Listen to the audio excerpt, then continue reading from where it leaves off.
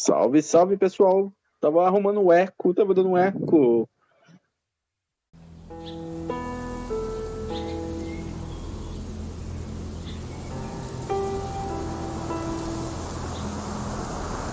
Acho que agora deve estar estável. Deve estar tudo ok. Coloquei pelo cabo, não tava no cabo, né?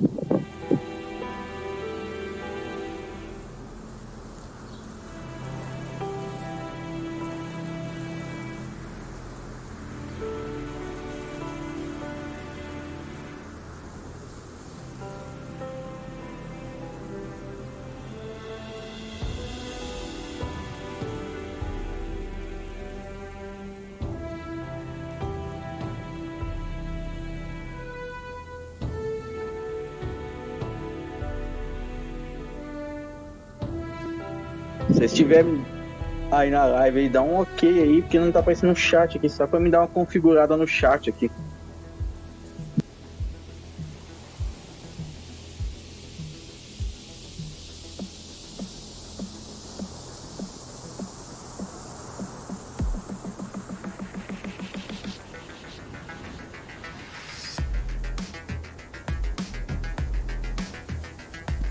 Acho que agora voltou o chat.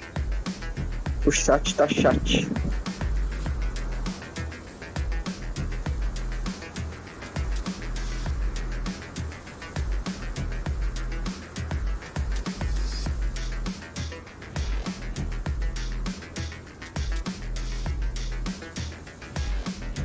Como é que tá o visual do jogo aí? Eu tô fazendo uma captura de uma placa em 4K do Xbox Series S.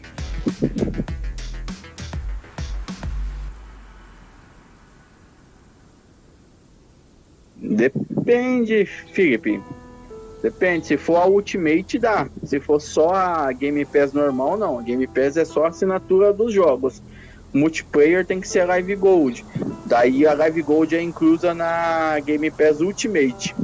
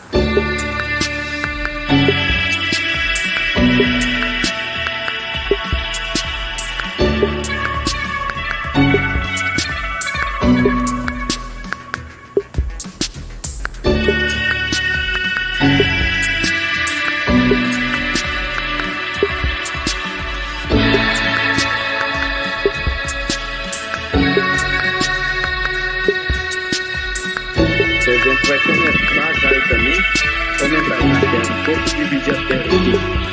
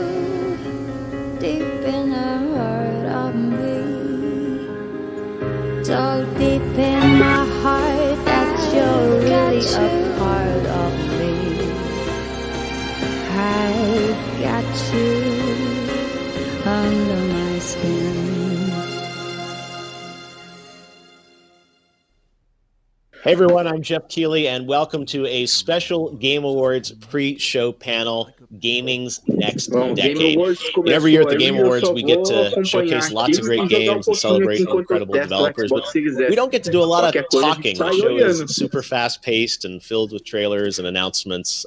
So I was really excited about the idea today to host a special pre-show panel, talk about the state of the gaming industry, where we've been, where we're going. I know everyone watching this is, very passionate about gaming like I am. So I thought we'd sort of have a great conversation before we get into the Game Awards today. And it is a big day for gaming, and certainly it's been a big year for gaming for all of us around the world who've enjoyed games, but I think also appreciate how much gaming has done to comfort and connect the world. So we put together an all-star panel today to talk about the state of gaming. So I want to welcome virtually, of course, Dr. Lisa Su, the CEO of AMD, Phil Spencer, the head of Xbox, and Laura Miele, the Chief Studios Officer at Electronic Arts. Hi, guys. Welcome to our virtual panel.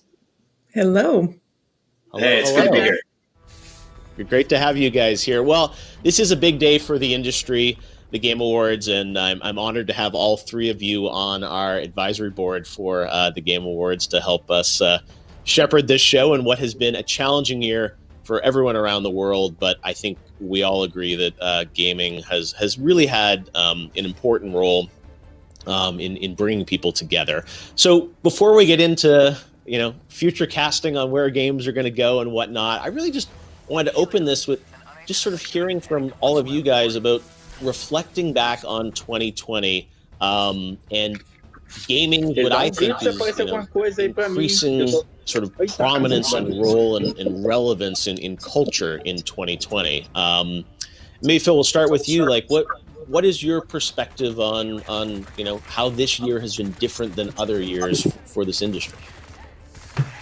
Jeff, I think you said it right when you talked about gaming's role in culture. And what does that mean for our industry? What responsibilities do we take on? What are we as an industry? What's our makeup as teams? What voices do we empower through the art form of video games? It's been an incredibly stressful year for teams trying to get work done in new ways, and incredible kudos to all the developers who are both at the Game Awards, but did such incredible work under amazing circumstance to get some incredible things done. But I think your point about culture and our role in community and our role as a discourse for great discussions in video games, either between our community or in the products themselves, is an incredibly important thing for the industry to really internalize. Yeah. Lisa, I wanted to ask you about, you guys have incredible story with AMD being, inside, both the new consoles launching and an exciting time for sort of technology of gaming. But I'm curious for you, because you look at the entire sort of, computing ecosystem.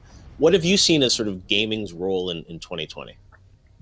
Well, I think, Jeff, first of all, it's great to be here with you and Phil and Laura. And, I think 2020 has really been like a confluence of events, right? If you think about it, it was always going to be a big year for gaming with all the new technologies, the new consoles, the new PC technologies, the new cloud technologies all coming together. But I think it's really been punctuated by the fact that this year has been very, very unique for all of us.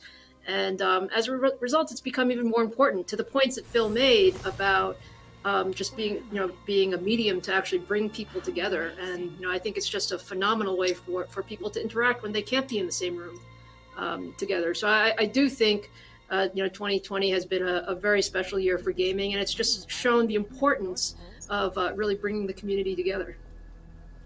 Yeah, and Laura, your teams have done incredible work, shipping games and consoles being shipped. I mean, I think some of the audience doesn't fully appreciate how hard it's been, for all this content still to come out. But you have such an interesting perspective, across all of EA's games and live service titles and everything. I'm curious to get your perspective on, and someone that I've known, in the industry for multiple decades. How has 2020 felt different for you, from your perspective?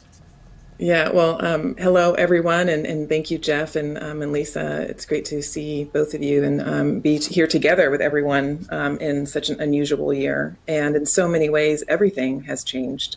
Phil touched on what it means to develop games in a year like this.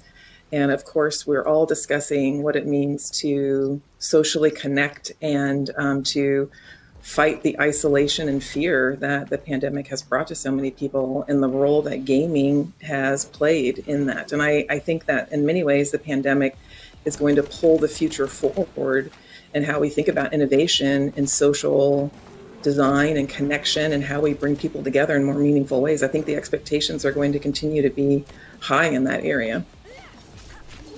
Yeah, I think that's such a great point that gaming and gaming technology has been, used in so many interesting ways. And it's obviously they're the games that we love, but I look at, whether it's a concert in Fortnite or, the virtual sets that people are doing at these events, all powered by kind of games and game technology, which is exciting to see that this industry has such a leadership position and opportunity moving forward. But, at the core of it all, of course, are great games, great experiences. And this year, I think I'm still amazed that, a new Xbox, a new PlayStation came out around the world, which, again, is just so phenomenal. It's such a special year anyways, and a special year, that AMD technology is inside both of those machines. And I wanted to sort of move a little bit to this, dawn of a new generation, which, we only get usually every 6 or 7 years. This was one of those years. And I'm really curious to sort of talk about, what we can expect. And I think a lot of people watching this, may be lucky enough to have a sister or maybe waiting for one, but get excited about the future potential of this industry. And that's something that I've always loved about games, is at this intersection of entertainment and technology. And that means, this year's games are great, but the ones in the future are going to, only get even better. Maybe we'll start with you on this, Laura. Like, we obviously have heard lots about, faster load times and, other, great kind of technological aspects of these games, but the pure game experience, as you look at this next generation, what excites EA and the game makers there about the types of experiences that are gonna be sort of available to players with all this incredible new technology? Yeah, it is an incredible time. Whenever new hardware releases, it's always a moment, and this one is particularly special.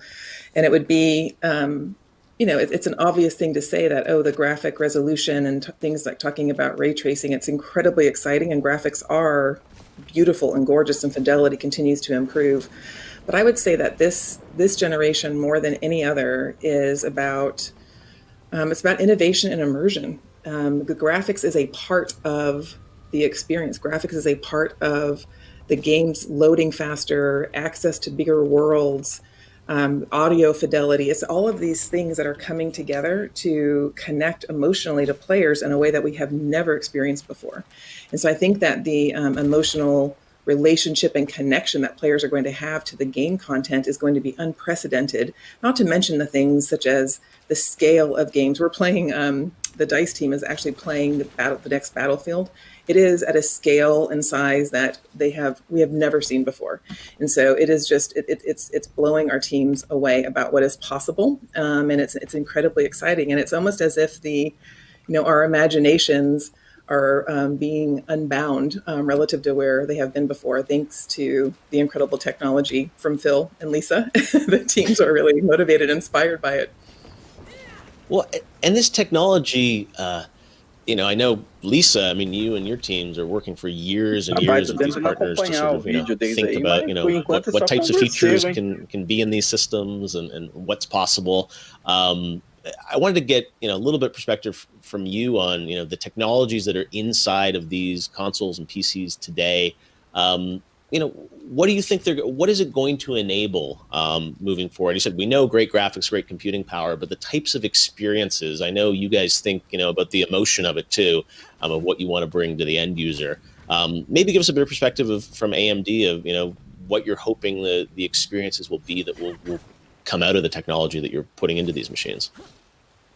Well, look, we love the fact that we can bring so much technology to so many people. I mean, if you just think, you were commenting Jeff, just a moment ago, that in the last generation of consoles, which was 6 or 7 years ago, if you think about how many people that technology touched, I mean, it was over 500 million, right? If you think about across the entire user base, and this cycle is even going to be larger when you think about consoles, PCs, and the cloud.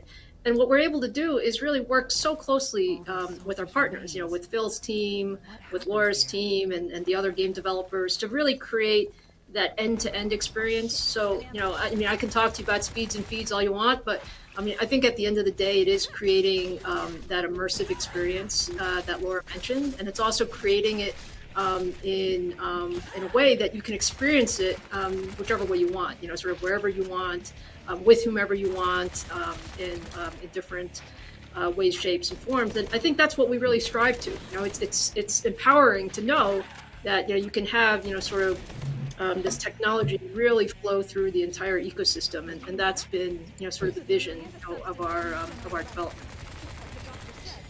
Yeah, Phil, when you sit down with Lisa and her team and your team, think about the next generation and the types of experiences. Obviously, I know part of the vision, as Lisa said, is being able to sort of scale things across multiple devices and platforms to allow the widest possible audience to experience these games. But how much do you really think about like the big ideas and how technology can enable that for this next generation? I mean, something like faster load times is a quality of life improvement, but some of those kind of bigger vision things about the worlds and the characters and those experiences, how do you go about even sort of manifesting that into a chip? One of the cool things that people don't see, I think about Lisa and Laura's team. Like, we start this journey with them probably 4 years ago, where we go and talk to Lisa and her team. It's an incredible team at AMD about the technologies they see on the horizon and how they envision these things might impact video games and the distribution of games. And then we spend that same time with the game studios and Laura's team and other third-party publishers and studios and our own internal teams, talking to them about what they can envision. And it's this long process, which I think is really just a cool part of the creation of a platform. You don't really know where it's going to land. You don't know what the technologies that will come to bear, and some of them that won't, and how the platform and the experiences really come together. And that's what's so exciting to me about the beginning of a generation. How you're starting to see creators get their hands on the platforms, whether it's the new PlayStation, the new Xbox, and really start to push their ideas in what they want to push forward. But I thought the thing that Lisa was talking about, about accessibility to games and how the gaming is now built around me as the player, it's a goal I think we should all have as an industry, that it should be as easy to play a video game as it is listen to a song or watch a video. And I think that's a real opportunity for all of us. There's a lot of friction in video games that we're used to, whether it's downloading 100 gigabytes of video games, whether it only runs on one piece of hardware, or any of those things. And there's still positives to that part of gaming as well, but it can't be a barrier to people getting to play the great games that Laura's teams are building. And as a platform, that's what we think about, is that intersection of opportunity for creators and technical capability of the platform to really unlock more people to be able to play. I think that should be our goal. It's dark in here. And I know, we're going to talk a lot about this, I'm sure, you said the changing nature, right, of, these traditional console cycles and boxed products that used to go by. And now these games are, increasingly these incredible living worlds and ongoing games that continue to build and build. And I wanted to turn to you a little bit, Lisa, on the hardware side and talk about that. And cloud obviously is a part of hardware, may become a little bit more like software. That's something that the idea of, hardware evolving and hardware can change behind the scenes and the game. Curious to get your take on, the game industry is being disrupted and changing. I'm curious on the hardware side, like, how do you look at that of, sort of, compute and GPU power sort of, changing over time, and how does AMD look at that and the, the changing nature of that in the next decade? Well, I think the exciting part about it is, gaming is a perfect use case for really driving, high performance compute. And, Yeah. Again, back to why is 2020 so unique? Because I think it's really, really brought out the fact that, tech is essential, right? And if you look at, whether you're talking about gaming, you're talking about work from home or school from home or any of these types of opportunities, you need good hardware, and hardware ends up being the foundation that allows you to build these incredible experiences that with Phil's team, with Laura's team, and with sort of the other third-party developers. And so we actually view ourselves as an enabling and an empowering capability with hardware. And the truth is, to it in all different ways, right? So right now, I'm sure, Phil, it feels great to be the hottest product on the market. But there are also people upgrading PCs like they've never done before because they want to experience this incredible new capability. And yes, we push the envelope on CPUs, and we work very closely with the software that we can get all of the and other capabilities. But it's all to really enable that foundation of people just experiencing what technology can do for you, whether it's for entertainment or for productivity or other use cases. And this traditional, 6 or 7 year console cycle, we obviously know in the PC space there's, more iterative upgrades over time. Lisa, how do you think cloud and kind of, some of these, technologies are going to kind of change the cycle of innovation or, hardware? Like, do you have any thoughts on what that's going to look like in the future? I think we're going to continue to push the envelope, and we'll whether it's delivering more capability as well as but the architecture is really important, and the ability to not just the current games, but sort of new capabilities is very important. And so we think about that with the evolution of hardware, and that's really these things together. So from that standpoint, I think hardware will always continue to evolve. Your full suite of games is such a large piece of that, and so that's part of what we look at as well. And on the game side, Laura, it's every genre out there in one way or another.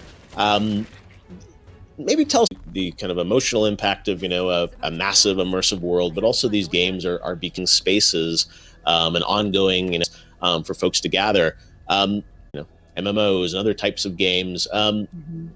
What are the genres or the types of experiences that you think this new generation is going to bring forward? Like, what are the types of games that EA's game creators are? Of the technology is not just about playing games; it's also about creating in games. It's about viewing and watching games interactively.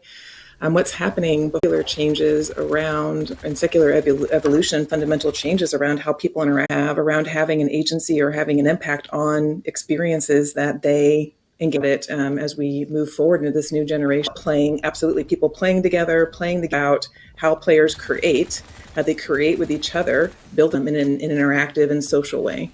And social interaction and how people engage and play with each other is also a really important thread through play, create, and watch that we think is really unique to gaming. Gaming can be at the center of this. And we know that gaming is so big now. It's bigger than movies and TV. And with the unlock of the technology and innovation that we've been talking about, the runway is significant.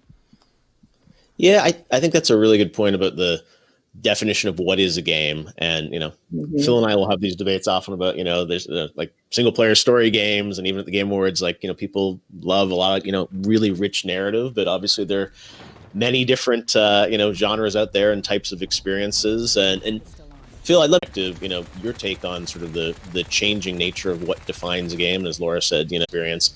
Do the genres and types of games in this next generation, are they going to dramatically sort of shift or change, do you think? Well, I think to some extent they already have. I look at the games that are up at the Game Awards, and there's some amazing games from great creators. Also look at the games that are getting most of the play. And there's another set of creators, and there's two things, but there's another set of creators that have really focused on engagement of communities. And those aren't separate spheres of creation. I think that as a platform to give the creators the tools to build the experience and enable a platform that can have amazing games, Assassin's Creed or the new FIFA or the Cyberpunk launch, but also be an amazing platform for something like Roblox or Minecraft or Fortnite, and to what can become popular. But rather, we just give the tools and the canvas for the largest ecosystem that's out there, a large ecosystem for creators, so that they can find the largest audience. I think that the magic that game creators have really grabbed onto, that I think in music and video that they haven't quite been there. I was talking about that power of community. The fact that our games, about this a lot, where games are almost a platform unto themselves when they get to a certain scale. And as creators, then we have to think not only about what does that mean to go launch, sell it, and make sure people have the right experience with it, but also over time, that platform. And in many ways, building something like Windows Box right now, it's about a platform of platforms. And those gaming platforms that live on top of your platform have their own sense of community and creation. And you've got business models inside of those platforms, or Minecraft, and all of those creations that happen there.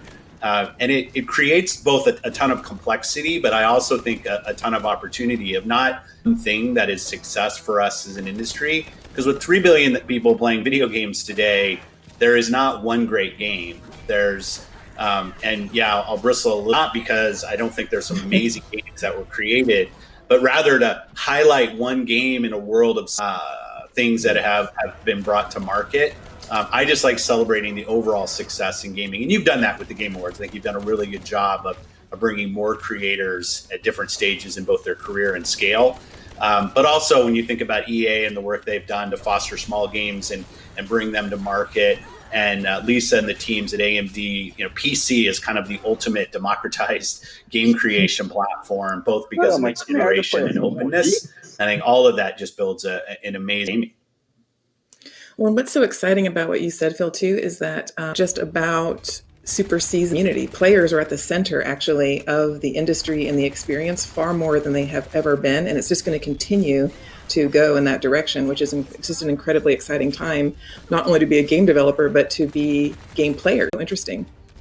And it's, one of the things that I think we're all seeing right now is the success of Among Us, right? A game that launched over 2 years ago, but kind of has found its time now with COVID and other things, where it's now providing a service. Not that it didn't have players before, but you've really seen it. You've seen it come to the forefront on platforms and on PC, really, and other platforms doing. I think it's awesome for us that it is the players, Laura, as you say, that have the power. It's not about what launched today, marketing campaign, or even the highest production budget. But players will find great games wherever they are. And we have the platforms as an industry to enable those and actually kind of reach new levels. And I think that's Jedi Fallen Order. Awesome to see people coming back to an amazing game that launched. And now I see new people finding it. And that's just something that our industry should continue to push. People finding the right game for them at the right time. Well, I agree. It's great content. And then it's sort of like, 2 years later, you don't think about it. You said Jedi Fallen Order, a great game a year ago. It's up for awards tonight even. And it's like, yeah, it's one of those ones that is an incredible experience. It holds up incredibly well. Yeah. Lisa, I wanted to ask a bit about the team there. And, we're talking on games and experiences. And I'm curious, how does AMD just conceptually, how do you translate some of those ideas into, the silicone and the hardware? That I'm curious, that sort of, dreaming of sort of like where technology and graphics are going to go. Like, what is that process at AMD when you're probably even starting to think about the next generation? Like, how do you get really, and that's what you're seeing right now, whether you're a console gamer or a PC gamer or you're a cloud gamer, you're seeing really the culmination of what's possible from a hardware standpoint, and bringing in new tech like 7nm technology and RDNA 2 architecture and ray tracing and all of these things coming together. But it's really working very closely with technologists as well as our partners to figure out where the world is going. And I'm curious for you guys, all of you, it's like there are always trade-offs, right? When you're, building new games and new platforms, new chips. For this next generation, like, is AI going to be the big leap forward? Is it going to be? You said we're talking a lot talking about ray tracing and new graphic technologies. I'm curious if any of the three of you have thoughts on sort of like in the next cycle, like where we're going to see the most disruptive opportunity, or maybe it is a disruptive opportunity, or maybe it is, as you said, with things working across multiple platforms or the creation engines inside of these games. Like, I'm curious if you guys have thoughts on, out of all the different sort of lanes that teams can pursue, what will be sort of the most disruptive? Is it that the characters are going to be so amazing, or the narratives are going to be more malleable? And again, different teams will approach it in different ways. But I'm curious if you guys have thoughts on sort of the most disruptive elements once we get past the faster load times and some of those other quality life improvements. Any thoughts on like what the big disruption may be in the next 4 or 5 years? We're all just going to stare at each other. I'm going to say, I got to call. All right, you're up first, Phil.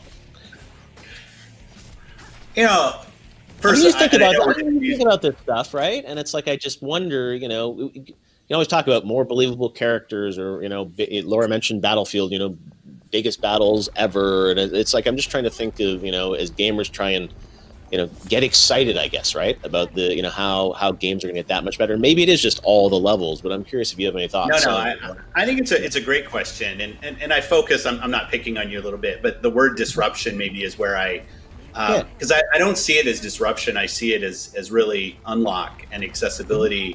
I think from a pure technical standpoint, I think one of the areas that we haven't talked a ton about, on disruption, I think about accessibility. I think about how do we make more games more available to more people? And that's really an opportunity. And I do think there's some underpinnings in the technology that Lisa and the team have worked on that'll be incredibly important there. And AMD plays a real unique role on PC and on console and cloud. There's really no other silicon provider out there that has the role that they have across the surface area of so many people playing games. So staying in sync with Lisa and the team and sitting down, and we're doing this already, and thinking about what could come, I think will be incredibly important. One of the areas we haven't talked a ton about, just because it's not as on screen today, is I think the machine learning capability of the silicon that Lisa's team is putting out now. And you've seen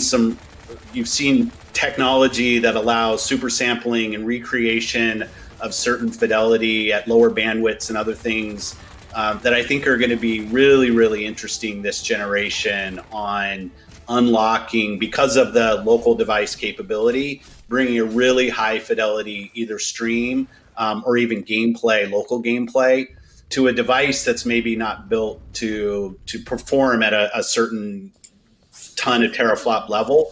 But there's a ton of work that the teams have done thinking about machine learning and how it will impact gaming. But one of the great things is we're always surprised. If I go back to Xbox 360 and there's this little Java game called Minecraft and it launches towards the end of the generation, who would have thought that 10 years later that thing would be what it is? And that's not because we own it. The community is the ones that have driven Minecraft. So, I think for any of us, we can make some bets about what might be the thing that happens. But the cool thing is that the community owns the decisions about what they play and what they invest in. And our industry does a good job on following what players want. Yeah, I agree, Bill. I think that it's the combination of this incredibly advanced, sophisticated, complicated technology. The combination of that is actually going to bring together an accessibility that is powerful. It's hard to talk about and explain the profound impact that accessibility can have for a player and for a player experience, or for a consumer experience, but it will be the most defining, powerful change in gaming will come from the accessibility, whether it be in gameplay, platform proliferation, ubiquity of games. I mean, I was talking to a friend of mine about this. Think about how we thought about iPhones. When the iPhone came out, there were a lot of smartphones on the market. You had your camera, you had an iPod, you had music capability, but the accessibility, the ease of having all these things in one place, then to have these experiences actually talk to each other, interact with each other, is something that we all can't live without and can't imagine our lives without at this point. And I really believe that this is what we are embarking on in this next generation of gaming. The bounds that we have and the barriers and limitations that were on either game developers or game players, or access and friction. Phil, you talked about friction earlier in the conversation. It's hard to underestimate the power of that and the power and the impact that accessibility is going to have on our industry, on gaming for players, and dare I say, society at large.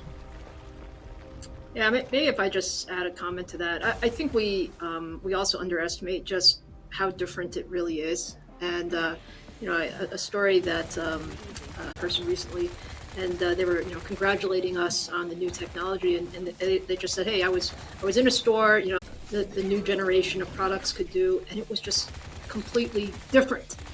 And I think that's really where, the fact is that the technology that we're putting into today's capabilities is different. It's visually stunning. It is extremely accessible. All of these comments, and we take for granted the fact that just a few years ago, the experience wasn't like this. And so I think that's what this community is able to put together. The fact is, gaming is one of the difference when the technology gets better, and I think that's why it's so much fun, and frankly why it's growing in sort of around the world. Yeah, no. You mentioned around the world. I think one of the things I'm always amazed with Game Awards and this industry is how global things truly are. And I wanted to talk quickly about accessibility, where we talked a lot about the accessibility of games on more platforms. Tonight we've got our first award that is recognizing a lot of teams that have worked hard to make games more accessible to those with disabilities. And I think one thing that and reach more people is, as you said, Phil, Satya, and you have talked about Planet playing games, but of course all of us, part of that I think is innovating and how to make games more accessible, but also diversifying the types of people that make games, that work in this industry and have as many voices coming to be a part of it. And I will give you a bit of a chance to talk about how you're thinking about how the obligation of this industry is involved in the creation of games and also playing games, and maybe something you and everyone here is passionate about. But how can our industry do more there? Because I do think people watching this have a real passion for gaming and want more people to be a part of it. Yeah, could just start by building up the year that we've had of the content and the experiences that we put out into the world is greater today than it's ever been. So we've been talking about the immersion. We've been talking about how realistic things feel. Our ability to shape society and inform culture and to shape people's points of view about the world are significant. It's more significant than any form of media. So we have a significant responsibility about that. And I think that from an electronic arts perspective, it's something that is deep in the core values of our company. We also know and recognize to show representation across leadership, across our teams, and that we have points of view, diverse thoughts, diverse opinions, and we have to create a culture and environment that. And then as far as the content goes, yes, we are incredibly Sims to our sports games, to our shooter games, to Apex. We're incredibly motivated to ensure that we have a broad offering for people. And I would say that being intentional about that is really important.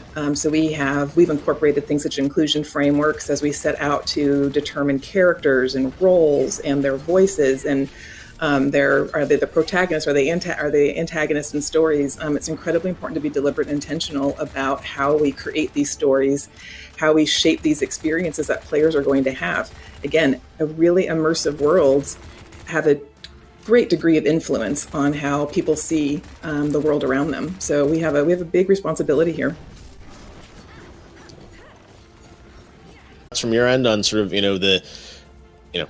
you're one of the top techs. You've done such a great job, even in AMD, just in terms of the engineers and other folks working on this. And I think that makes just gaming, but I think just computing and technology. I'm curious to get your perspective on.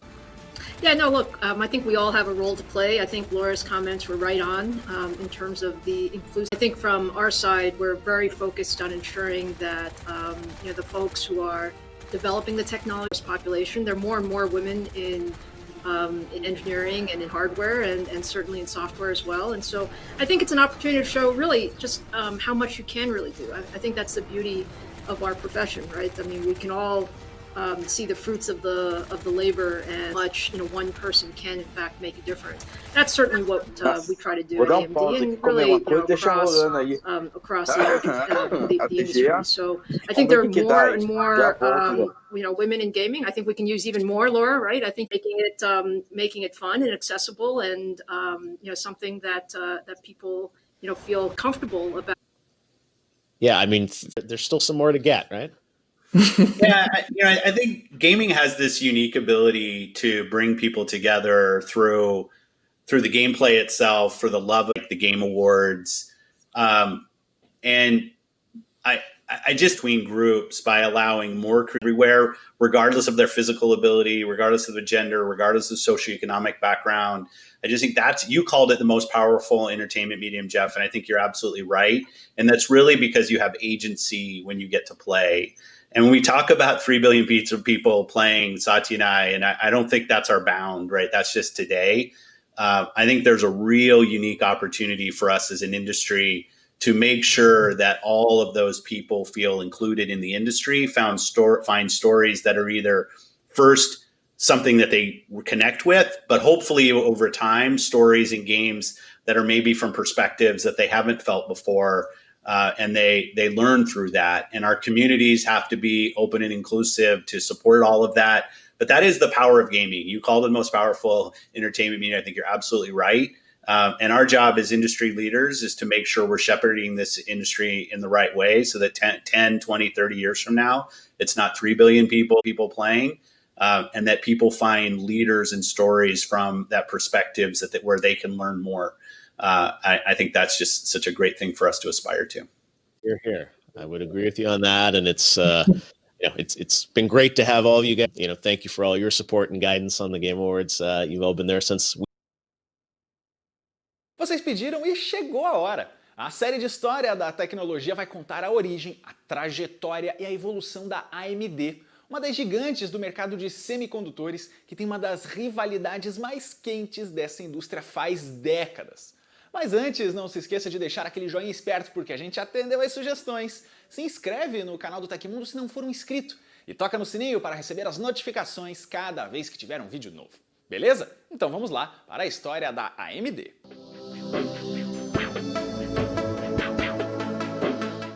A AMD é fundada em 1º de maio de 1969 na Califórnia. O nome é uma sigla, Advanced Micro Devices, microdispositivos avançados.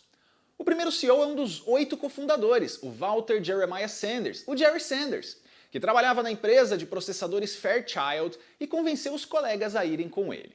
Essa vontade de abrir uma empresa própria no setor de chips foi mais ou menos como começou antes a Intel, que é a grande rival da AMD por muito tempo e que já tem história aqui no canal. E a gente vai citar muito a concorrente por aqui, porque a trajetória das duas anda lado a lado mesmo, e as ações de uma refletem em mudanças na outra. Essa é a era do microprocessador, quando os chips começavam a ficar pequenos o bastante para os computadores diminuírem junto de tamanho.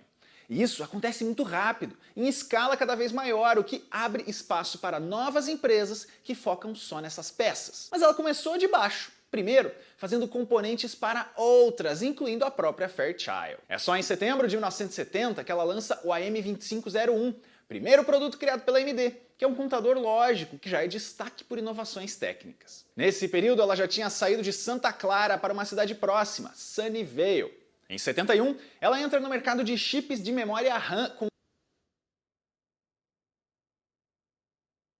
I've got you under my skin. I've got you deep in the heart of me.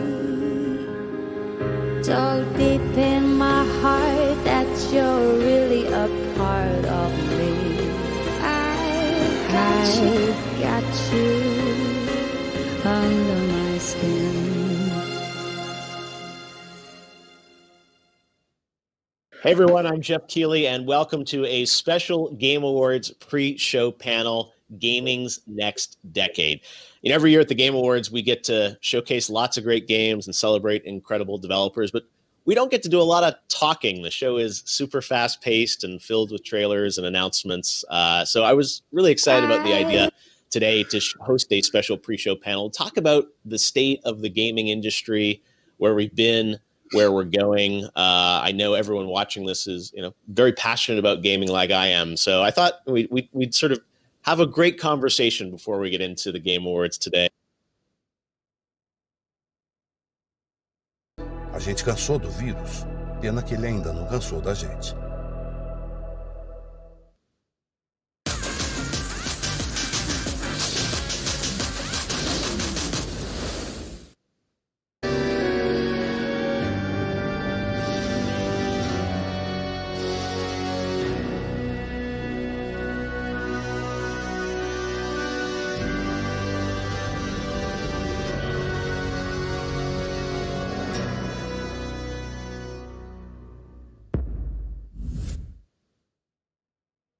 Welcome back to the Game Awards pre-show. For the first time ever, I get to introduce a musical performance right here in the pre-show. And I'm not sure there could be anything better to jump off with. Performing Last Surprise from the Persona 5 Strikers soundtrack from Tokyo, Japan, here is Lynn featuring the Persona Band. Game Awards. Are you ready?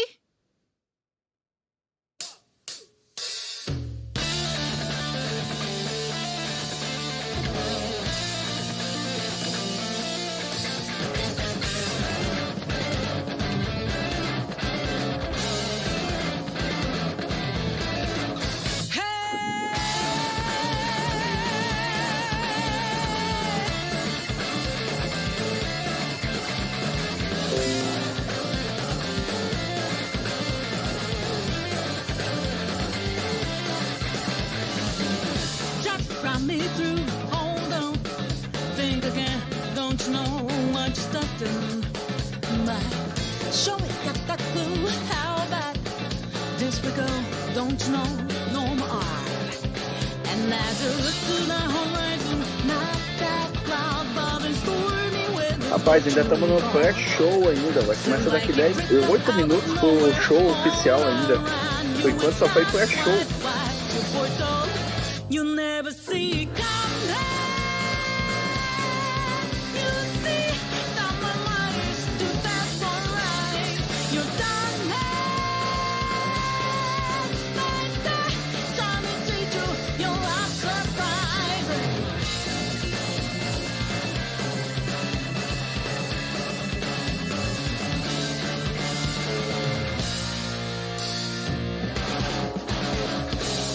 You think you got your game found out to a D, yet I'm 2 steps ahead, yeah. So, step to my ways down. Vou aproveitar esse tempinho aqui e dar uma configuração no Alexa. Quem tiver alguma pergunta, pode jogar aí no chat.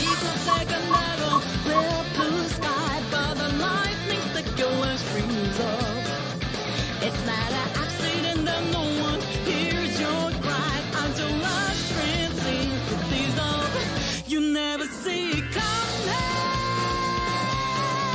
You see that my mind is too fast for right. You're done like that. Time to teach you your last surprise.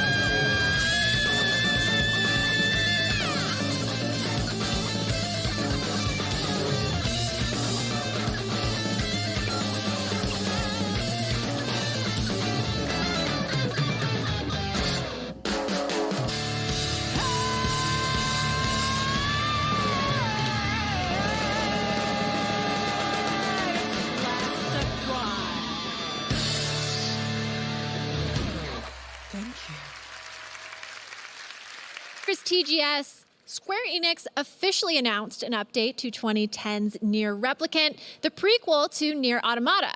The actual title of this remake was, of course, another sick joke. This remake was, of course, from director Yoko Taro. But they get afraid to introduce the gameplay debut for Nier Replicant version 1.224744871139.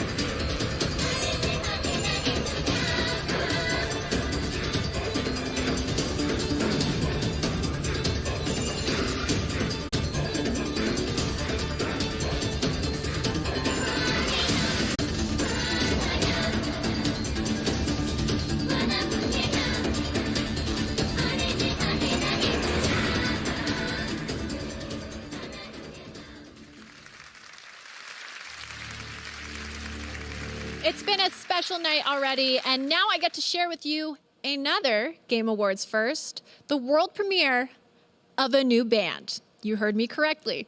They're playing their debut single, Follow Unfollow. Please welcome, for the first time ever, OFK.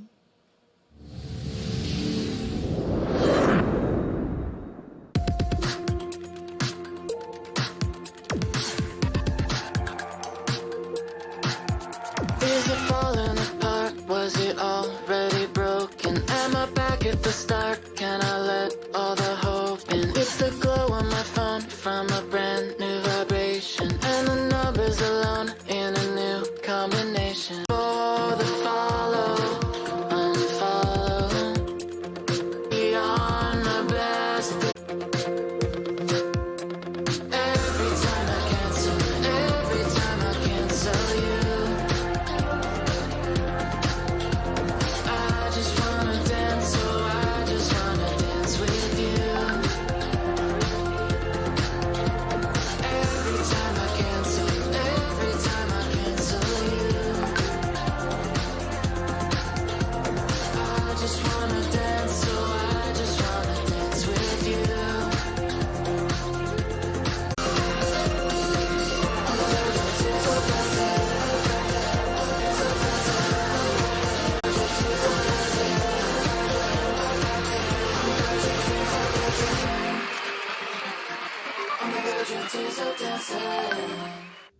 Tonight's about celebrating all of 2020's best in the world of gaming, and that would be impossible without honoring esports' best talent, who despite everything thrived and continued to entertain and inspire.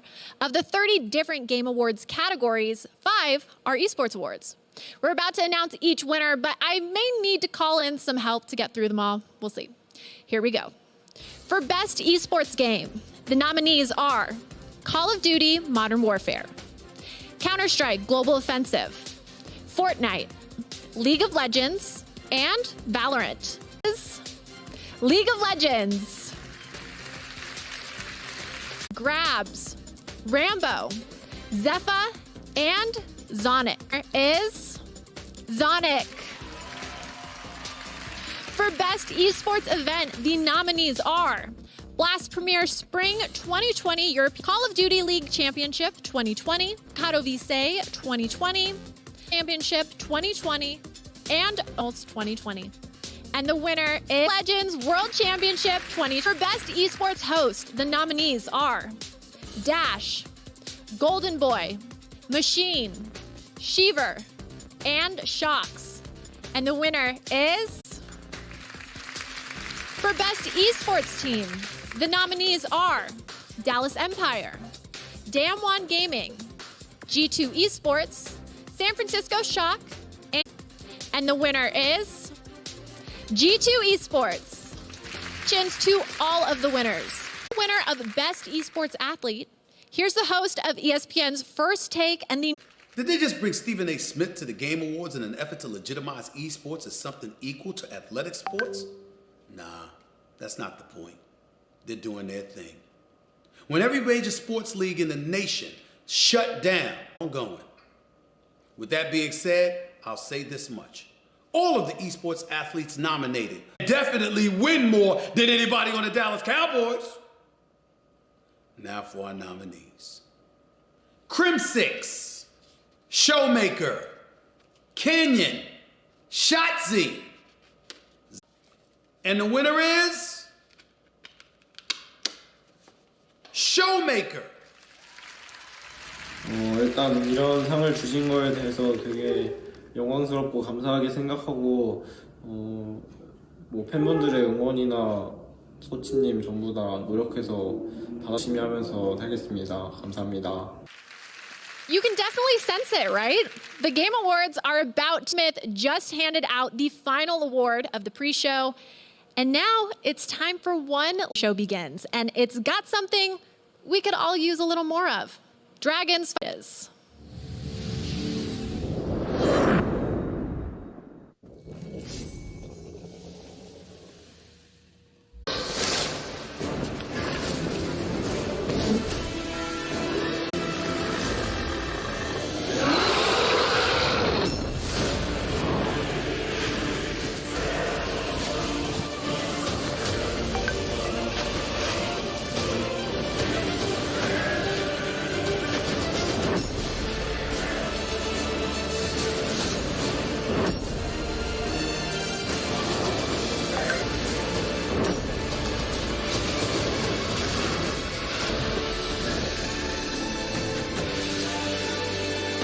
I know, and normally with the holiday season, we'd all be gathering with our friends and family, and I know that can't happen for all of us, but tonight we can gather here and connect around games, something that we all love. Games connect us. And I'm here in Los Angeles, and whether you're watching live right now in China early in the morning, in Europe, America, my native Canada, wherever you are, even in India this year, all over the globe, we are coming together tonight to celebrate our love of video games. Now, to keep everyone safe tonight, nominees are going to be joining us live via Zoom from all over the world. You can see them there. Hi, everybody. They're all joining us from their homes and their studios. China, Europe, Los Angeles, far and wide. And we will have all these guys joining us tonight as we get through all the awards live in the show. We're going to be joined also by some very special guests.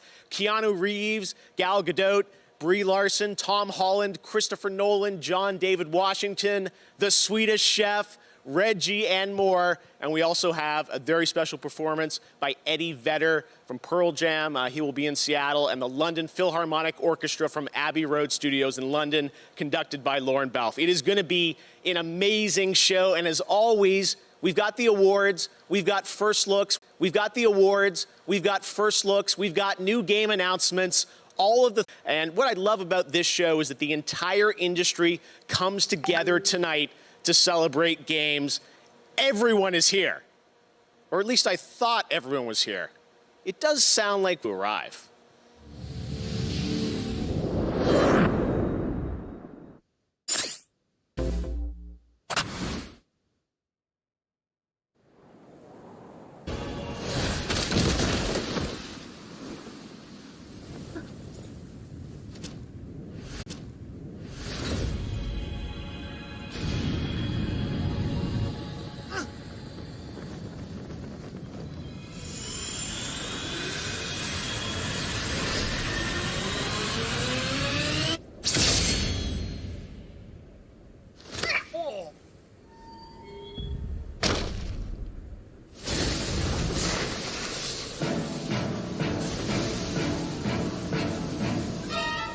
Zephyros.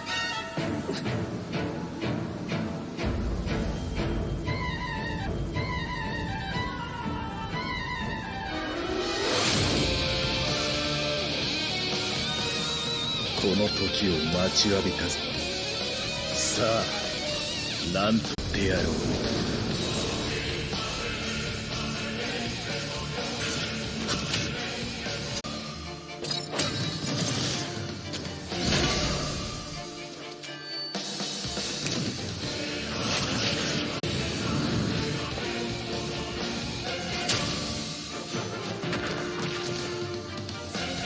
触りだ。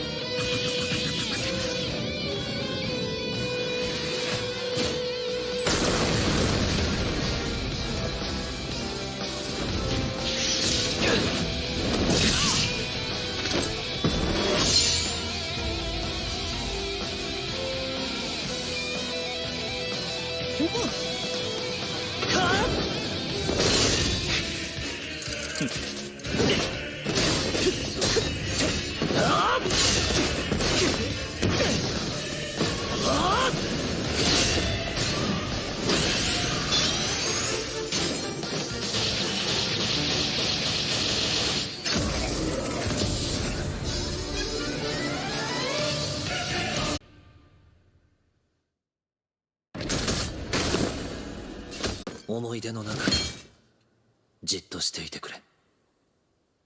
思い出にはならないさ。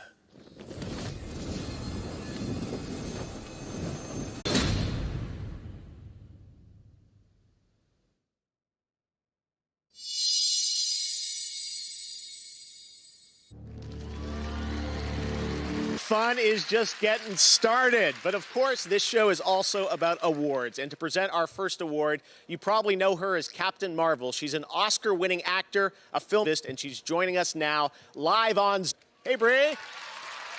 Hello. Tonight, I am honored to present the award for Best Performance. Among the nominees is an inclusive group of talented roles in games that are nothing alike. They share in common a clear dedication to their craft and an extraordinary. Here are the nominees for Best Performance. Best Performance.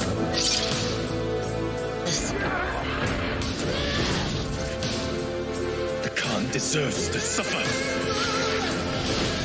Stupid boy, you shall never reach this. No, don't look at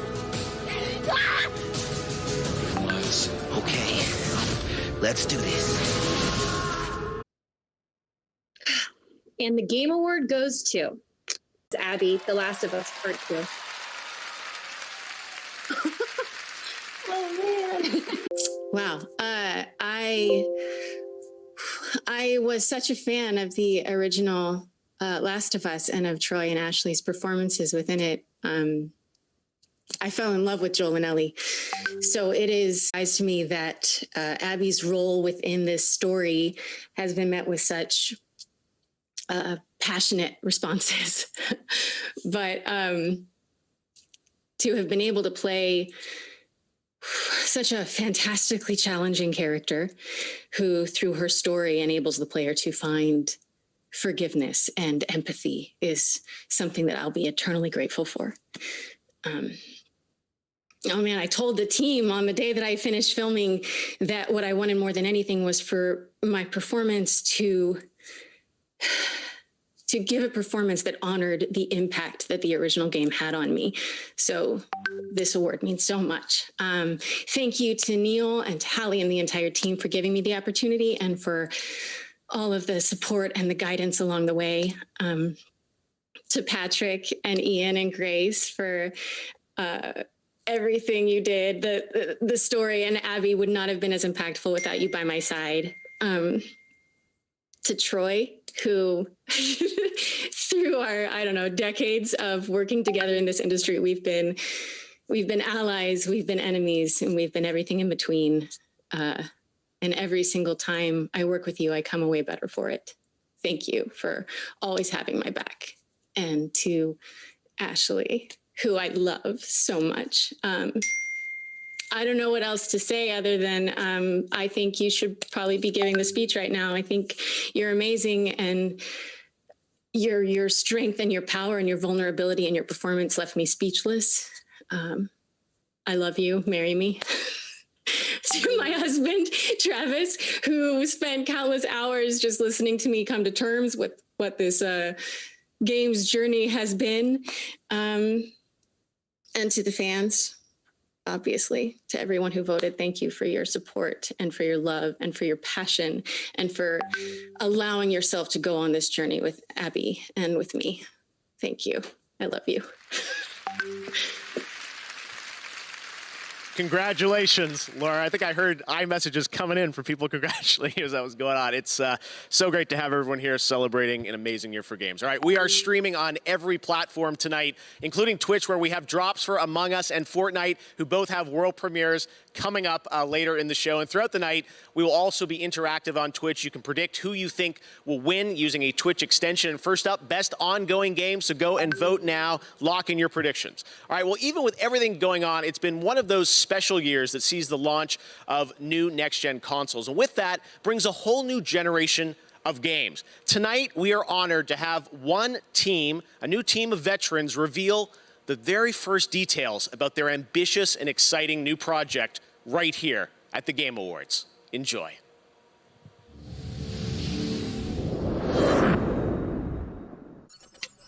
Pretty much since the day I started, there's been a really clear player fantasy. I think the thing that makes it different from a lot of first-person games is it's not just about shooting. Eco-sci-fi is a term that we use. Future fiction, but from an ecological focus. There's been this ecological disaster. These corporations came in and they developed new technology, and on the surface, everything's pretty great. We're still early in development, but we're really excited with where things are going. We wanted to share a cinematic piece that helps set the tone for our world.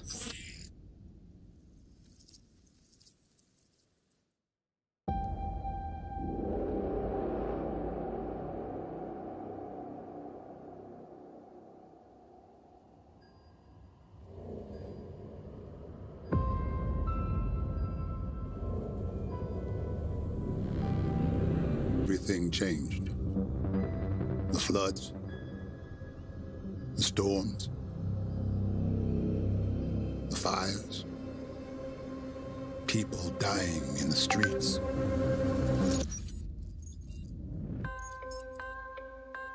The corporations gave us solutions. A better world.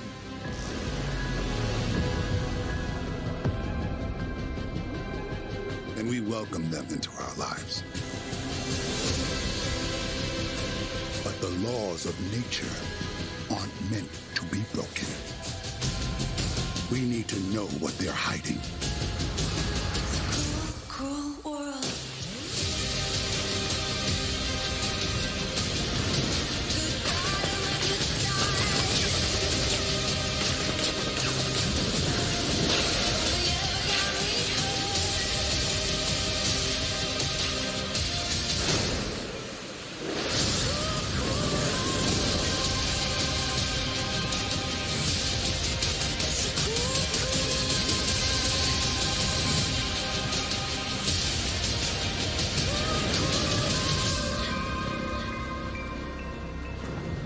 Did you find the answers you were looking for, Agent Dark? Not yet. This is just the beginning.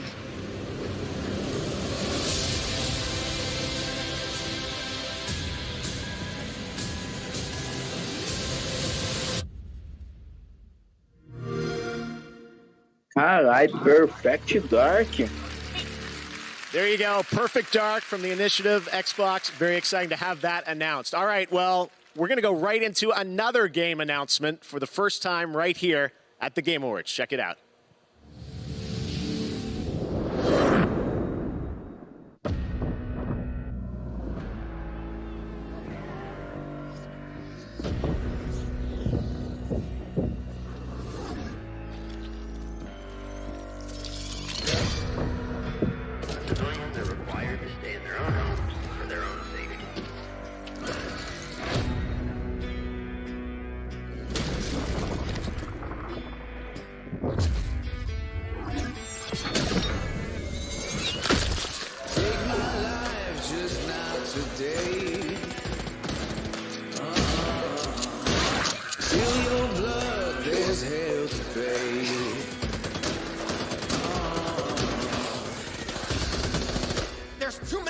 Stick together. We got a job to do.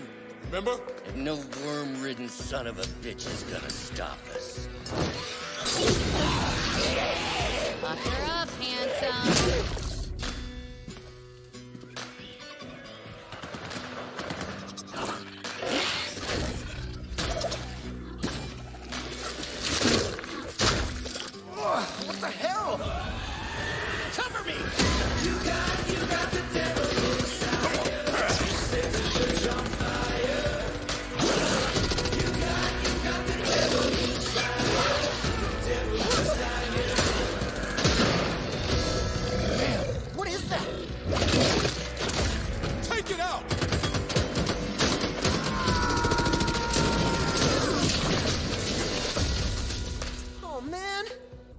little club soda will take that right out. Watch out!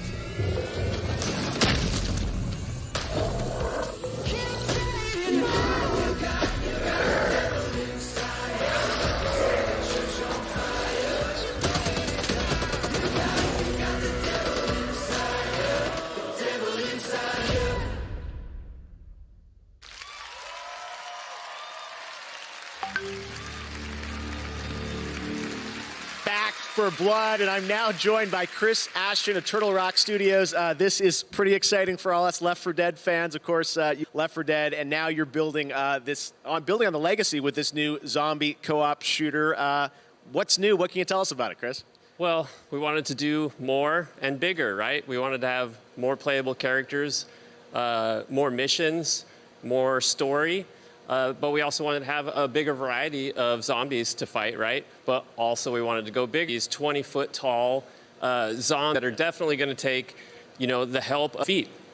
All right, well, it's great to have this. It's like, I think you've prepared a little surprise for everyone watching. Movies are cool, but gameplay is king, right? So let's see some of that.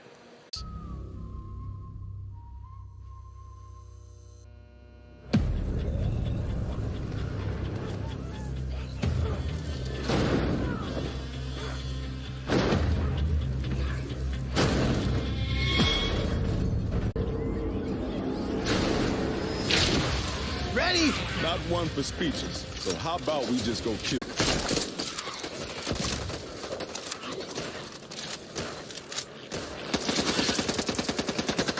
Watch out!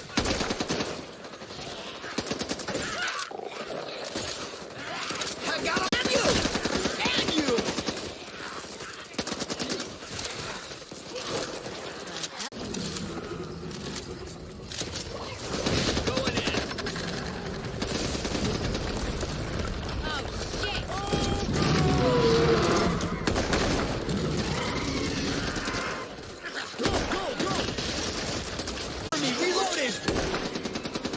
Thanks, Holly.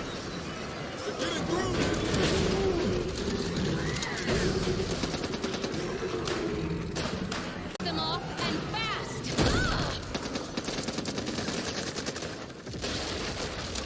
Do these guys ever take a vacation?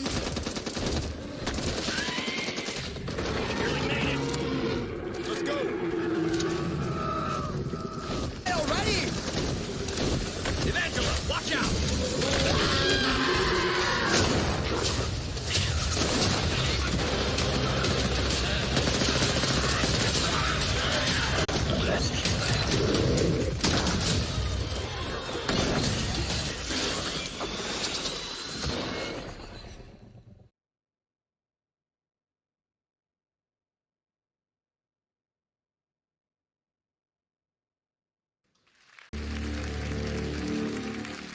There you go, Back for Blood, June next. On many of tonight's nominees with the Game Awards sale across Xbox, PlayStation, Nintendo eShop, Epic Games Store, and games like Little Nightmares 2. And some of the games are also available instantly with GeForce Now. So make sure to check that out. You can stream on any device with no downloads on GeForce Now. Well, we also have a lot of great stuff coming up. We'll have performances from the London Philharmonic Orchestra and Eddie. 2 years ago, we announced at the Game Awards Scavengers from Midwinter Entertainment. Everyone has...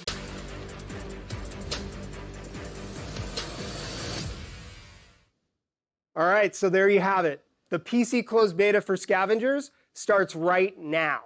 If you're part of our community, you can play with your existing Steam key.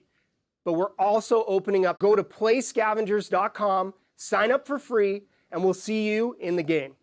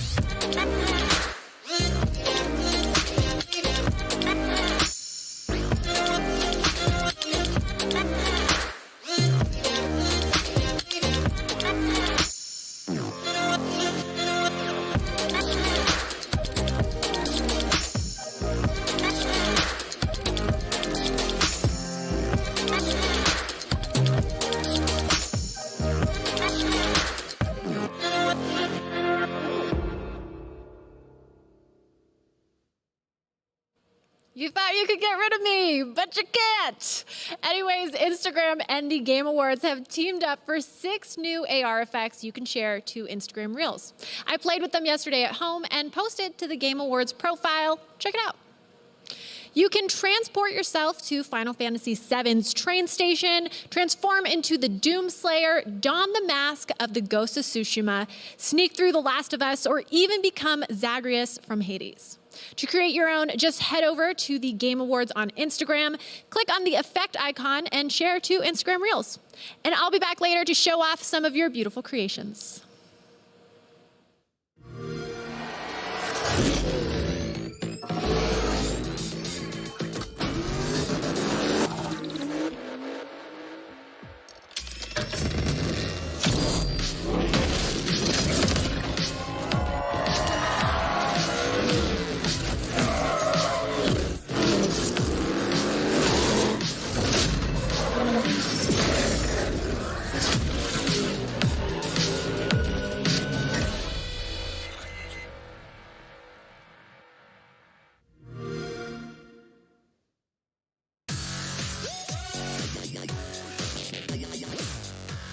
There you go, Forza, Cross Cyberpunk, and later, Keanu Reeves, Johnny Silverhand himself will be joining us to present the Best Direction Awards, so stay tuned for that. But welcome back. Now, coming up next, we're going to present the Best Ongoing Game Award, and the Twitch community thinks Fortnite is going to win that with 47% of the votes. Well, let's find out the Twitch community is right. We're going to present the Best Ongoing Game, which recognizes 5 outstanding titles that continue to deliver for fans. Here are the nominees. Best Ongoing Game. Here I go.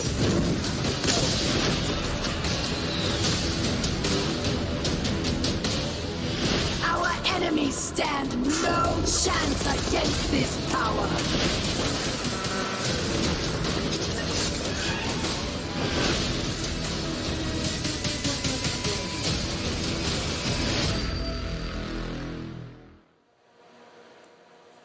All right, well, now it's time to reveal the winner. The nominees are joining us here. Hi, guys. All right, here we go. And the winner is... the Game Award goes to No Man's Sky.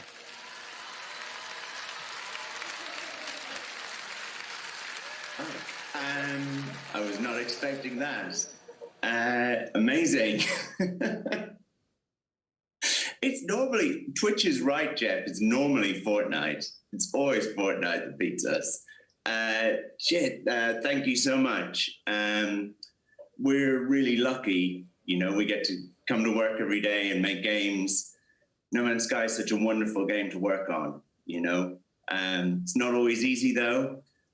So moments like this, they mean a lot, you know. This means a lot to me, means a lot to the team. Thank you so much. Thank you to the community for continuing to support us. Thanks. Congratulations, Sean Murray, No Man's Sky, Best Ongoing Game. Now, every year leading into the show, there's always a lot of speculation, a lot of games that you might be anticipating, but there are always a few you're not expecting. Like this one. Check out this world premiere.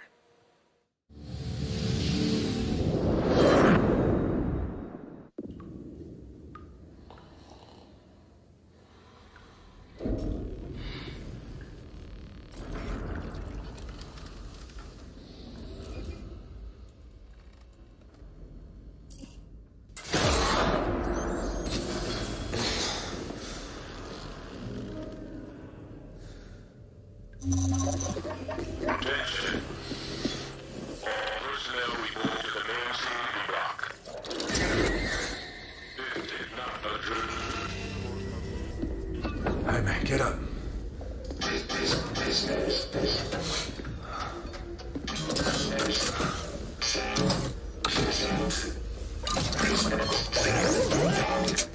What the hell? You see this? Something ain't right. Please remain calm. It's nothing to fear.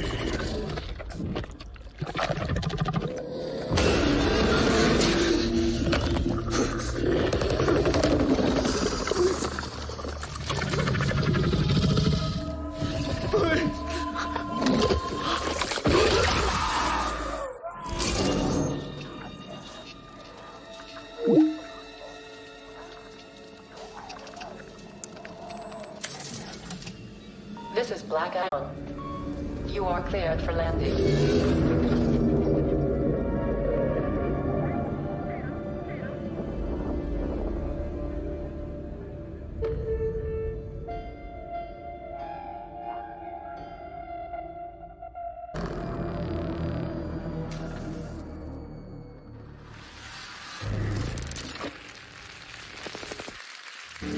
I'm feeling some Dead Space vibes, and there's little wonder why. You know him from his work on Dead Space and Call of Duty. Here's the CEO of Striking Distance Studios, Glenn Schofield. Hey, Glenn. Hey, thanks, Jeff. Well, the Callisto Protocol has been in development for over a year and a half with a team of well over 100 people on it. It's a single-player, third-person, story-driven survival horror game set in the year 2320 on Jupiter's moon of Callisto. Our goal is to make the single most scariest game for PC and consoles, and we're so excited to be able to show it here tonight. Awesome. Thank you very much, Glenn. We're looking forward to hearing more about that next year. All right, announced back in July, Warhammer 40K Darktide is a 4-player co-op game from Fat Shark, the developers behind Warhammer Vermintide 2. Well, tonight, they're sharing a first look at the gameplay. Check this out.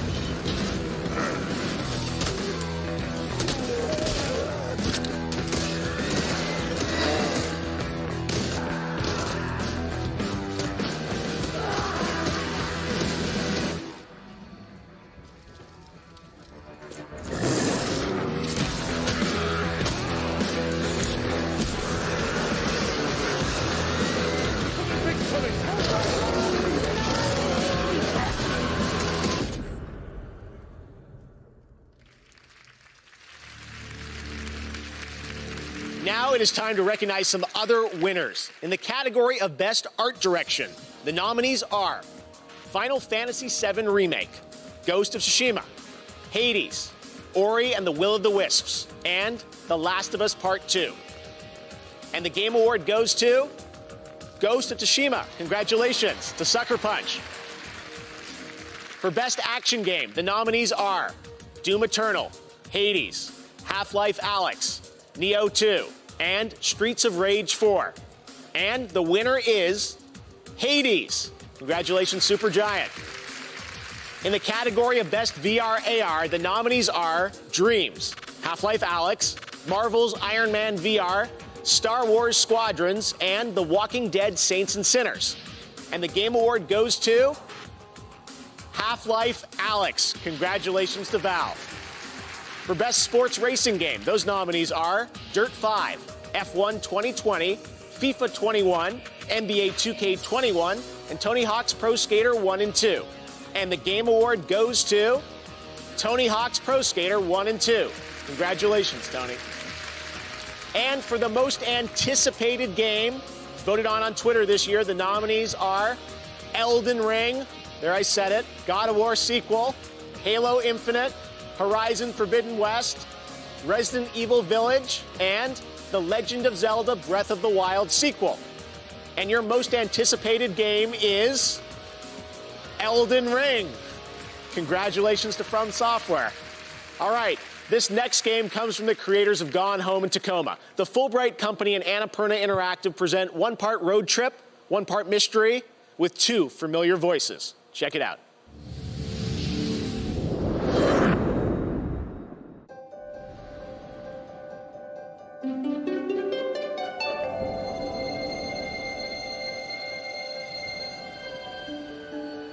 My name is Tess Divine, and the world is passing me by.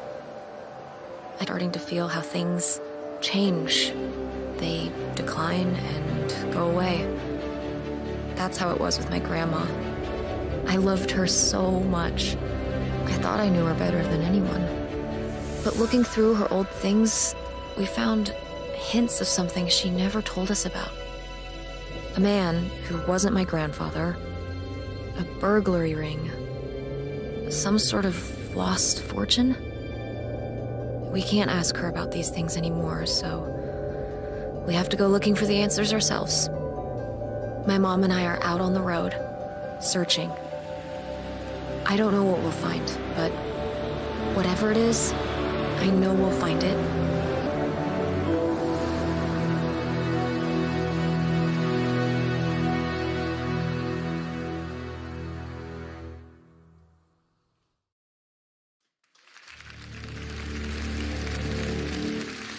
All right, once again this year, we're excited to share some stories about people around the world who are making a positive impact on the gaming community. These are our global gaming citizens in partnership with Facebook Gaming. Our first honoree tonight is Latinx in gaming. Check out this important story.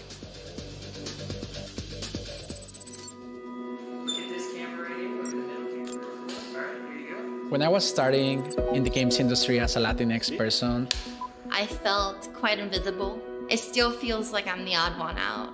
I felt alone.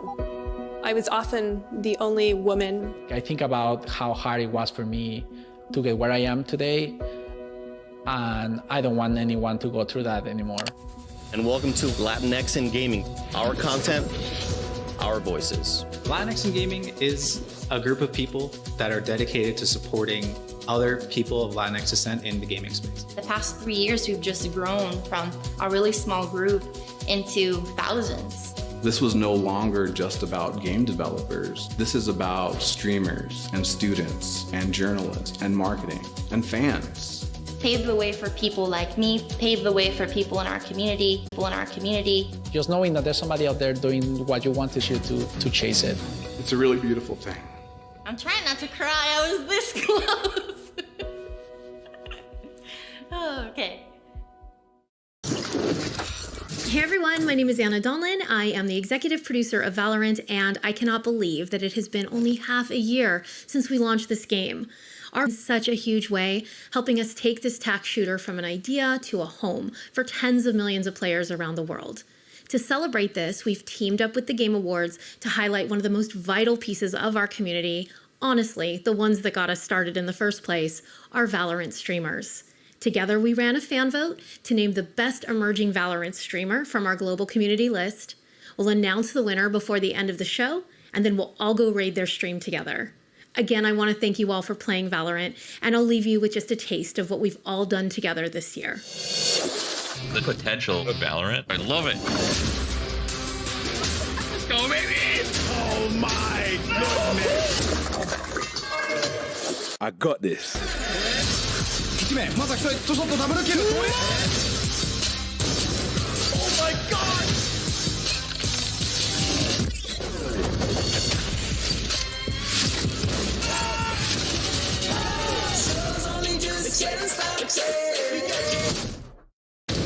The Slayer's time is now.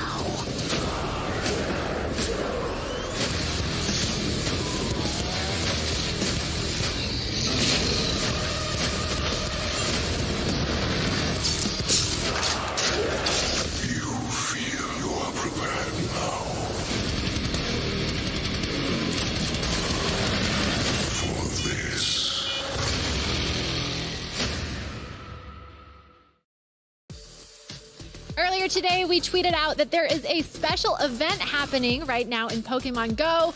Well, now's the time to bring out your phones and start catching, because we're officially on a Wooper watch. And they are so cute. We've partnered with our friends at Pokemon Go to keep an eye on the waterfish Pokemon, and throughout the night, we'll let you know when large numbers of Wooper will appear in the wild. We've also been told you could encounter a shiny Wooper if you're lucky, so open up Pokemon Go and catch some Wooper while you watch this evening.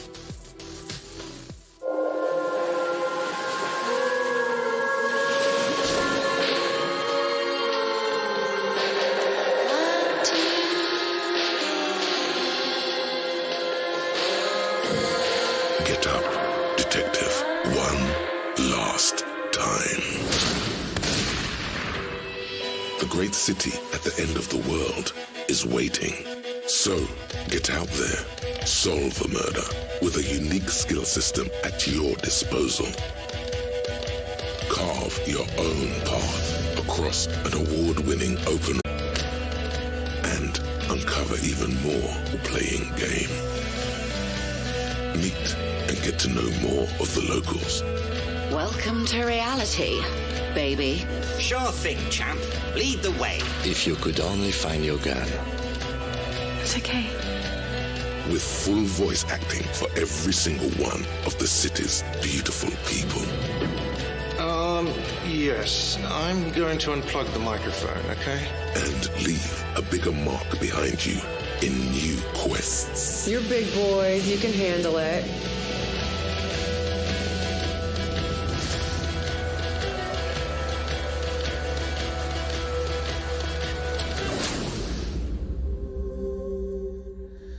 Enjoy the definitive edition of this hit RPG, Disco Elysium, the final cut.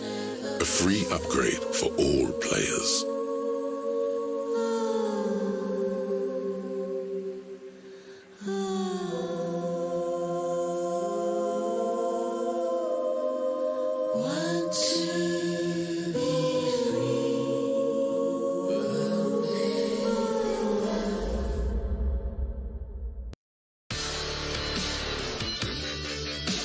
Welcome back to the Game Awards. That's so exciting. Disco Elysium news. You may remember last year I think they won the most awards out of any game last year at the Game Awards. So awesome news. All right.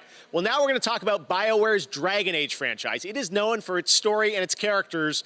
And right now, the team at BioWare wanted to give you a little sneak preview of what to expect in the next game and where it will take us. Enjoy.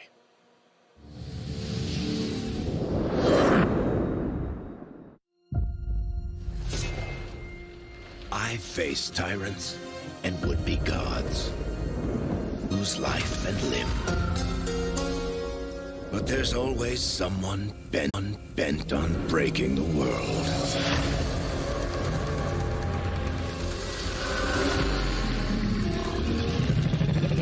It's time for a new hero.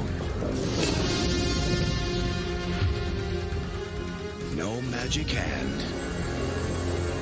No ancient prophecy. The kind of person they'll never see coming. We've got your back. I've got your back. Demons, dragons, darkspawn. Even the Dreadwolf.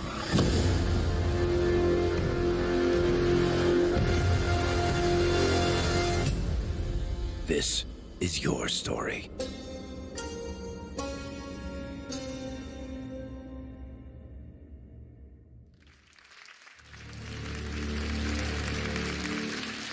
All right, we're back, and I'm trapped in our set now. I don't know what's going on. All right, well, next we'll have a look at an exciting new tactical squad-based roguelite game set in the Endless universe. Here is another new game announcement.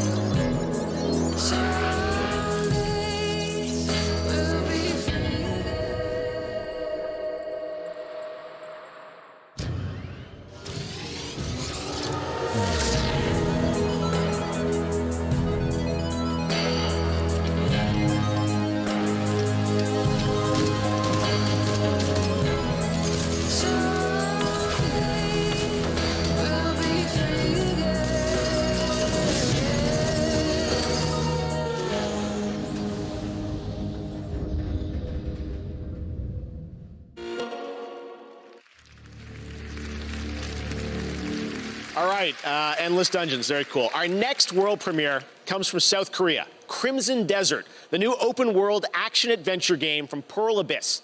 This next-gen game offers in-depth, story-driven single-player content in an MMO setting. What you're about to gameplay footage, this is the beautiful and merciless world of Crimson Desert.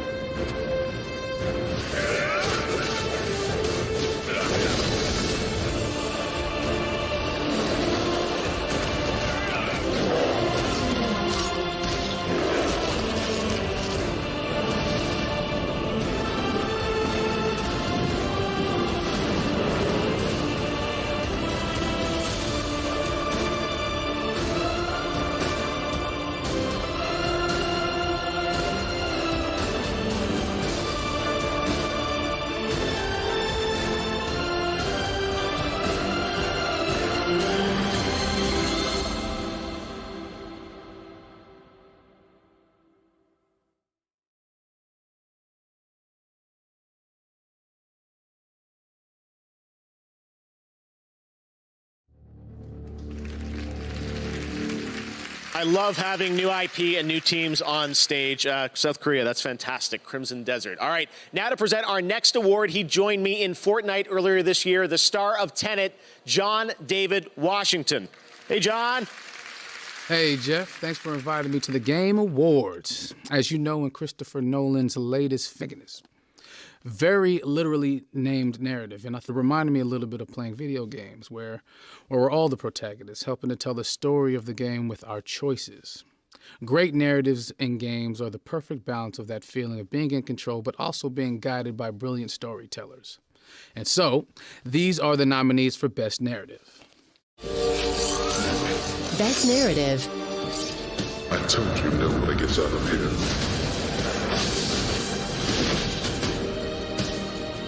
I have to finish it. I will sacrifice everything for my home. A touching reunion. This can't be real. In the game, The Last of Us, Part 2. Oh my God. Okay, this is the first award acceptance speech I've ever done, so I wrote it down so I wouldn't mess it up. But okay, here we go. This is amazing. First off, it's such an honor to be nominated with so many incredible games that came out this year. So truly, truly. Of course, I've got to thank my co-writer and the director of The Last of Us Part 2, Neil Druckmann, who was courageous enough to tell such a ballsy story. And a big shout out and thanks also to our other writers, Josh Scher and Ryan James, and of course, the entire Naughty Dog studio. This game is what it is because of the collaborative nature at that studio and their love of narrative. And of course, thank you mostly and always to the fans. These characters meant so much to us and we're really touched that they resonated with you as well. So thank you. Right now, we've got a very special guest, two virtual chefs out there joining us all the way, a Swedish chef. Chef, are you there? Furniture, the picking the number one. Oh, the mummy, hunde, puppy, funny, the fur. It's for the super duper hot the spoon. Oh, the spoon. And for the noodle. And it's for the whisk. Oh, it's for the chickies. The chickie is for the Chef, I'm so sorry to cut you off, and you're looking sharp in that tux, by the way. My Swedish, it's a little rusty, but I think there's been a little bit of confusion, honestly. No, it's for the win. Thank you for the shorty kuben the frugi, and for taking all the shorty frugi, and from the sheen the frugi. No, Chef, I'm so sorry, but you didn't actually win a game award. That trophy you've got, honestly, it kind of looks like leftovers. Anyways, you're supposed to be sharing an announcement here about a co-op game. The coop? No, a cool new game with a playable character named Swedish Chef. Yeah? For the Play-Doh? Yes, that is why you're here for a world premiere. Let's take a look. Okay. Ooh.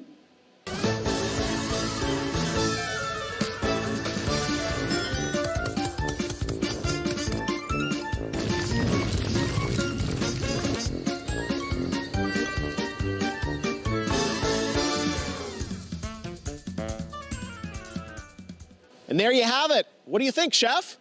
Furniture, for the picking the number one, oh, for the mummy, and for the poopy, and for the pizza, Oh my. All right, well, congratulations to the Swedish Chef. This time it's real. Swedish Chef is playable in Opus 5 and Xbox Series X, and he's available right now. Coming up, Gal Gadot is presenting our Games for Impact Award, and we'll head to Abbey Road's 35th anniversary with the world-famous London Philharmonic Orchestra. But right now, let's hear from Dr. Lupo about a new initiative at the Game Awards, Future Class. Hey y'all, I'm Dr. Lupo, and tonight I'm honored to partner with Gillette to introduce the Game Awards Future Class, a group of thinkers, dreamers of the bright, bold, and inclusive future for video games.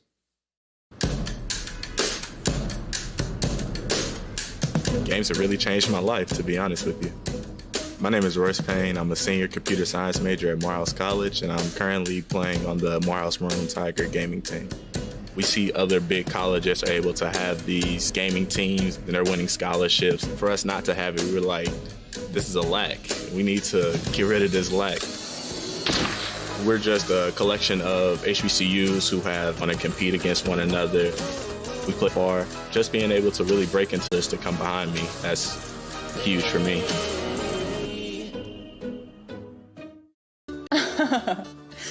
Oh, hi everyone. I hope you're enjoying the Game Awards. I'm Alana Pierce, coming at you live from my mansion. As someone with a chronic respiratory illness, I've had to find some unique ways to deal with 2020 situation. Like maybe I go for a swim in my Olympic-sized that's not Olympic. The Olympic one is indoors, so. But I know that there are some people out there watching this that are depending on things like vaping to try to calm themselves down. However, the high levels of nicotine that you can be inhaling can actually worsen your anxiety and just kind of fight against the mental health battle that is this year. Not that I would know, because, you know. But that doesn't mean I'm not trying to look out for you who are looking to quit vaping, which I hope you are. This is Quitting is with a free built-in support system. Text game.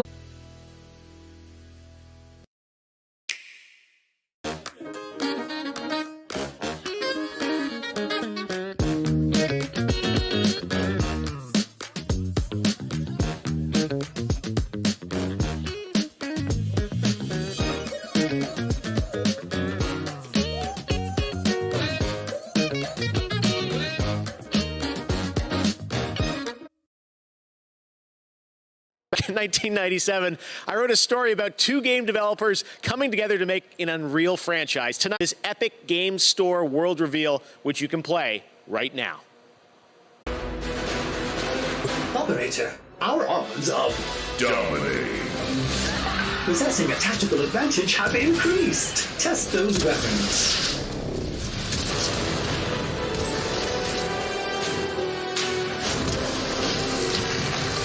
Accuracy is ultra kill. Otherworldly.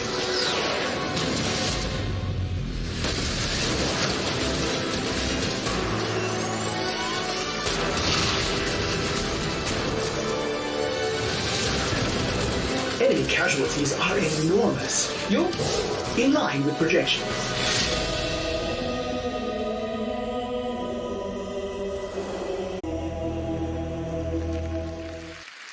To the Game Awards. Earlier, I asked you to head over to Instagram to post our Game of the Year AR effects to your reel. Let's check out a couple of your creations.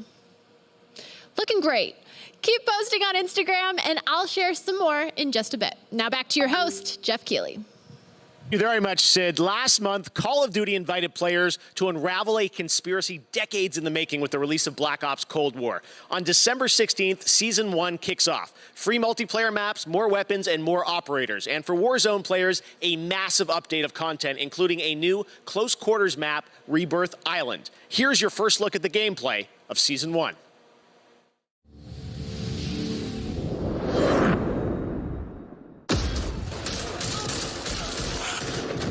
Adler's chasing ghosts. He has some pieces of the puzzle, but doesn't know he's a piece himself. He won't live long enough to work that out.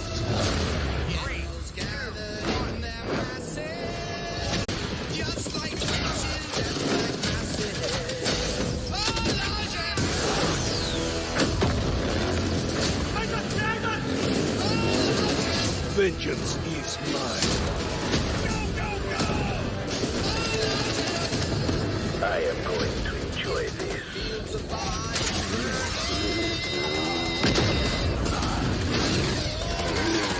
Strike inbound. You have no idea what's coming.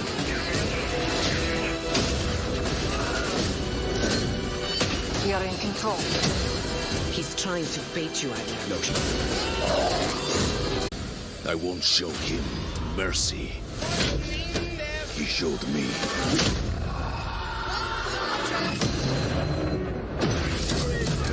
What the hell? Kill the rest. Adler is mine.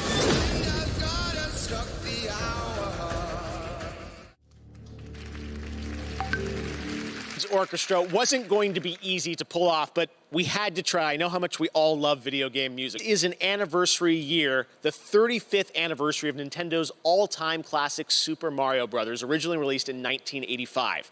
Here to perform a medley of Mario songs from the legendary Abbey Road Studios in London, this is the world-class London Philharmonic Orchestra, led by conductor Lauren Balfe. Enjoy.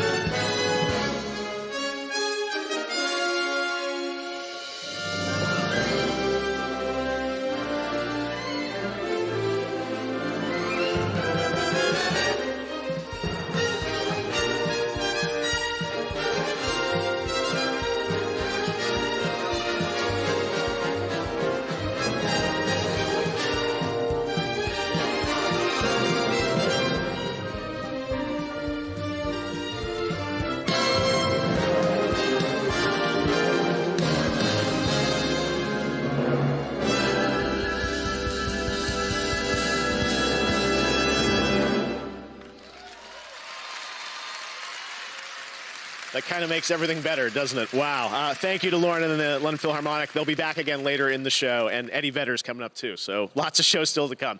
Lots of us are in lockdown right now. I know it might feel normal tonight to see all these games, but we're all in lockdown, and I know we all can't wait to go back outside, to travel the world, meet new people. Well, until then, here's a game where you can do all of that as you explore and record disappearing cultures in a strange, beautiful world. This game is just stunning, and it's coming to PlayStation 5. Check it out.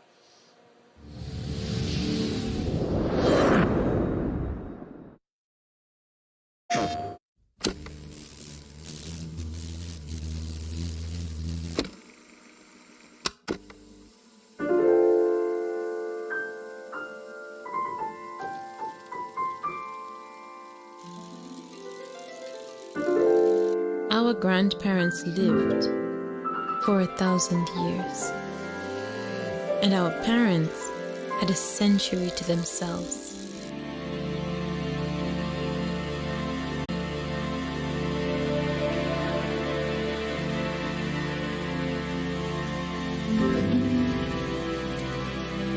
But us, we have one season.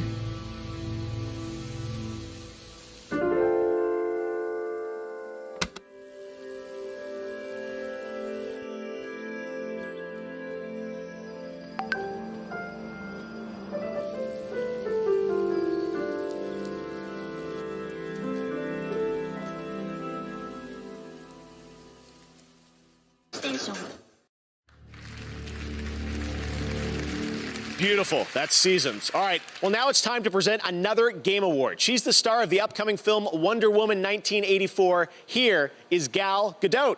Hey, Gal. Thanks, Jeff. I'm honored to be here at the Game Awards. Lots of video games are fun to play, but each year, a select few games deliver a deeper message. They focus on subjects that can be historical, political, or deeply personal. Impact Award honors socially progressive projects that have the potential to inspire change in the world. Here are the nominees. Games for Impact.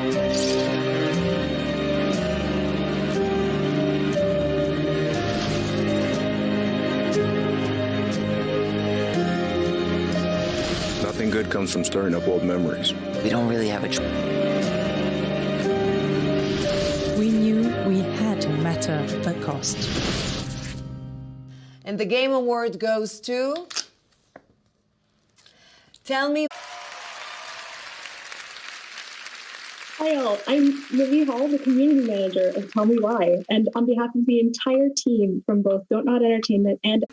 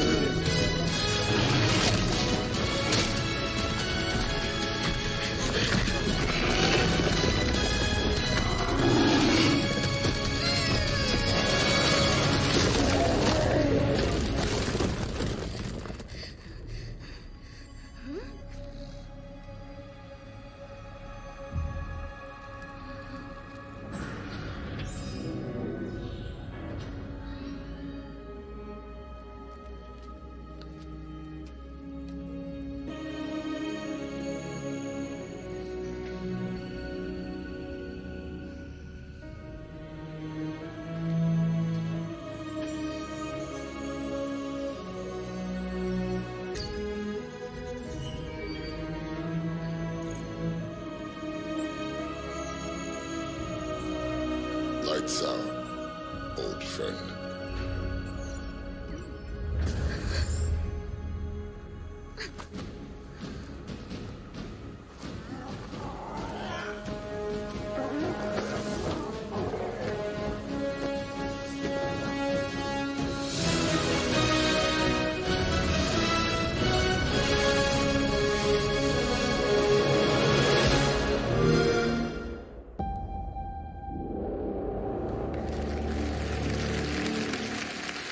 Yeah, that's right. Arc 2 starring Vin Diesel. And the team at Studio Wildcard has one more announcement for all Arc fans.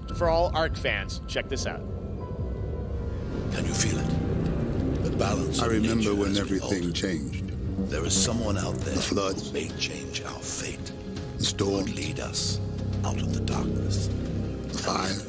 People dying in the streets. Strange new world. Will she be able to survive? The corporations gave us solutions.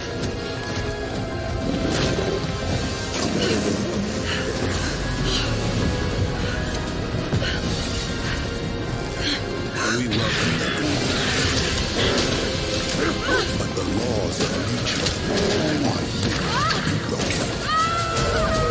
We need to know what they're hiding.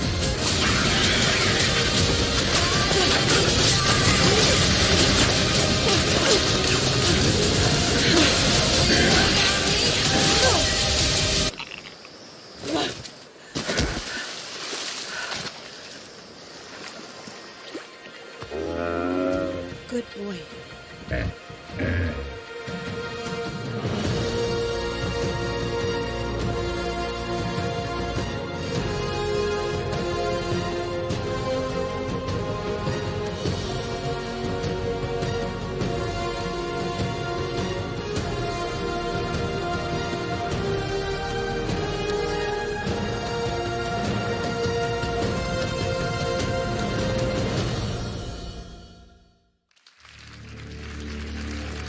A crazy year for Fall Guys. It became a massive phenomenon, and we all had fun with it this summer, especially when we were all in lockdown. This holiday season, Fall Guys is back with a winter wonderland for Season 3. Here's your first look.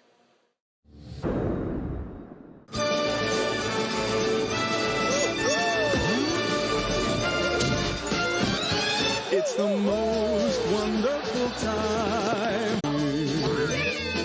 with the kids jingle belling and everyone telling you be of good cheer. Time of the year. It's the happiest season of all. With those holiday greetings and gay happy meetings when friends come to call. It's the happiest season of all.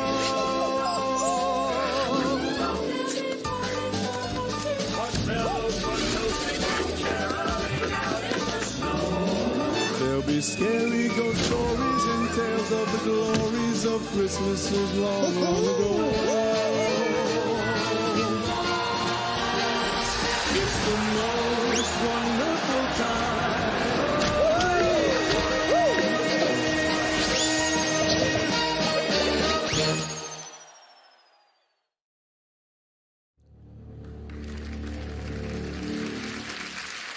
The Game Festival is going on right now, and you can stream all the Game Festival demos using any device you own with GeForce Now. You can check that out. The Game Festival, lots of amazing games you can play all weekend long. All right, coming up next, Tom Holland, Nolan North, and the award for Best Multiplayer. More awards and announcements, and later we've got Reggie, Keanu Reeves, plus Eddie Vedder from Pearl Jam playing his song from The Last of Us Part 2. But right now, Elite Dangerous is a space sim MMO from Frontier. Players have been exploring the galaxy for nearly 4 decades. Here is the gameplay reveal of Odyssey, which lets you explore on foot for the first time.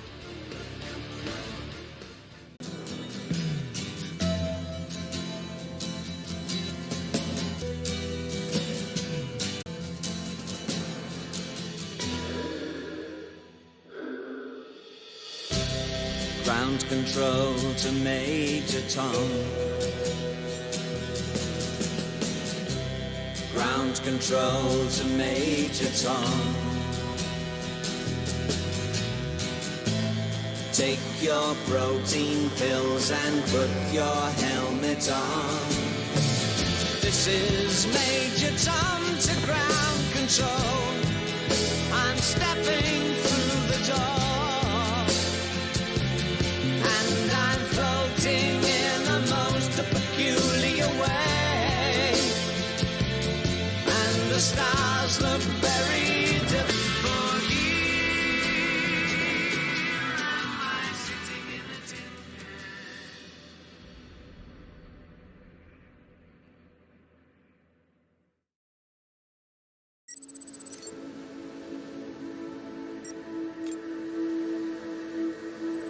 We all need a way of coping with what's going on in the world. Games is an incredible way of doing that. I'm a medical doctor. When I started specializing in mental health specifically, something clicked.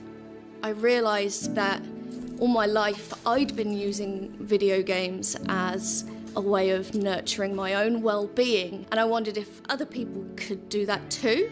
Hi, this is Dr. And so I established Checkpoint to bring mental health resources to health. We use games as a medium to raise awareness and to reduce stigma and to provide real tangible resources to people who are struggling that they can use in their everyday life.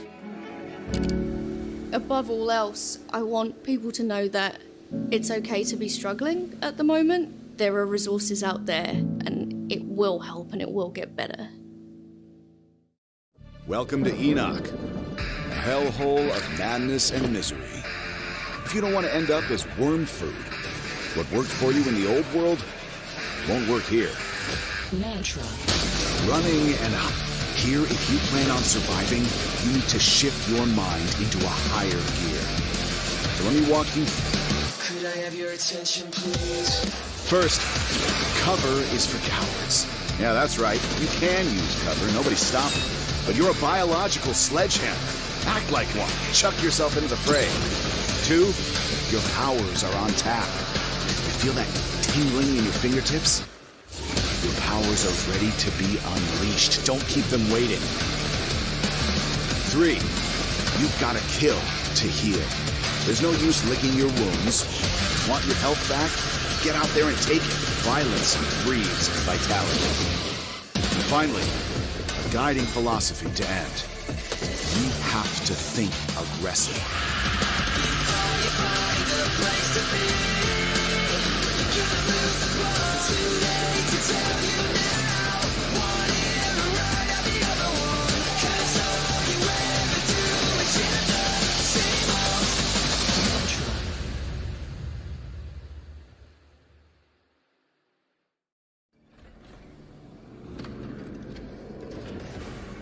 The tinder could be a threat.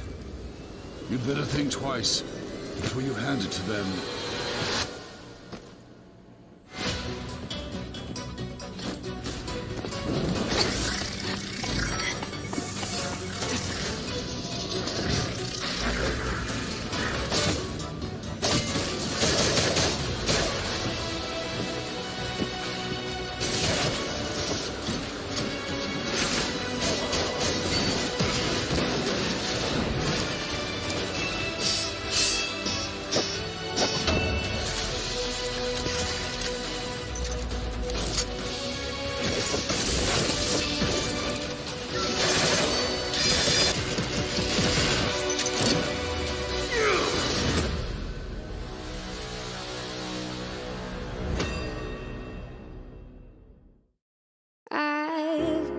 You under my skin.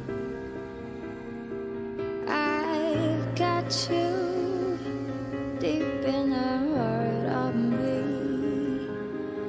So deep in my heart that you're really a part of me. I've got you under my skin.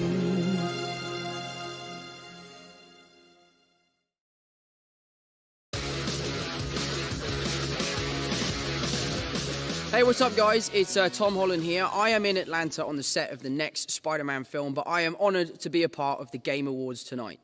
You know that for the past few years, I've been working on the Uncharted movie, which did involve some extensive research playing the games. I'm honored to be playing Nathan Drake. What I can assure you is that we really want to honor Naughty Dog's amazing games. So this film tells you how Nathan Drake became the character we all know and love. It is now my honor to introduce my good friend, Nathan Drake. Please welcome Mr. Nolan North. I could not be more proud of you. You know, someday when someone searches for Nathan Drake on IMDb, connect with friends, family, and complete strangers. We can share memorable experiences beyond the confines of our own homes, or even travel to vast new worlds with our buddies on the couch next to us. Of all the years I've been grateful for multiplayer games, they've never been more important to us than they were in this rotten, no good, cursed year. These are the nominees for Best Multiplayer. Best Multiplayer Game, presented by Instagram.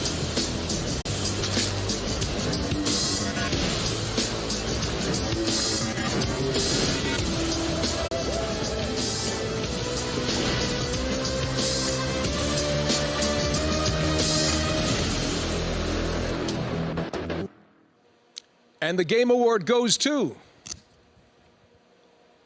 Among Us. Oh, thank you so. Oh, I can do this. All right. Thank you, Game Awards, and everyone who voted for us. And from the beginning was to create a fun experience amongst friends. 2 years ago, Among Us started with local mobile, and connect with friends is increasingly significant. And we're so happy many of you turned to Among Us to play. Big thank you to Robot Teddy, Dual Studio, and our other partners for helping. And big thank you to our friends and family. You've helped us test and been incredibly supportive through it all. Thank you so much. Thank you. Tonight, you've been using Instagram's custom Game of the Year AR effects to add a snazzy trophy to a couple of those. You're all winners in my book. Keep making those. All right, thanks very much, Sydney. And congratulations to Intersloth later on the new map reveal. All right, now.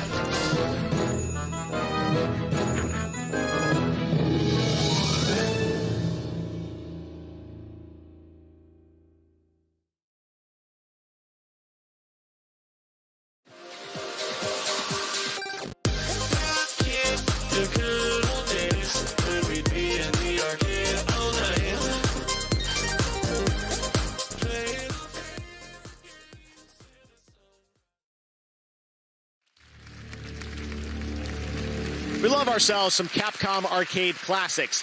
We're now going to recognize some more winners. In the category of Best Independent Game, the nominees are Carrion, Fall Guys Ultimate Knockout, Hades, Spelunky 2, and Spiritfire.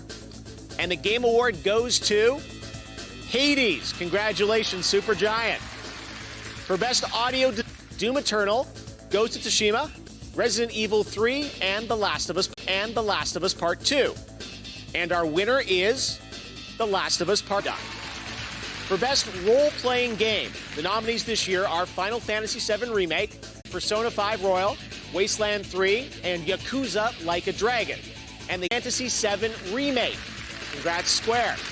In the category of Best Microsoft Flight Simulator and XCOM Chimera Squad. And the winner is Microsoft Flight Simulator. Congratulations. Fan category Player's Voice, you voted tournament style to pick your favorite games. The Marvel's Spider-Man Miles Morales and The Last of Us Part 2. And the winner, as you may know, we announced it online. Congratulations to Sucker Punch, Ghost of Tsushima. Now we've got one more for you. This is for Best Fighting Game. And here to help us out from Netflix's Cobra Kai, two great rivals from film history, Ralph Macchio and Yuji Okamoto. What's up, Game Awards?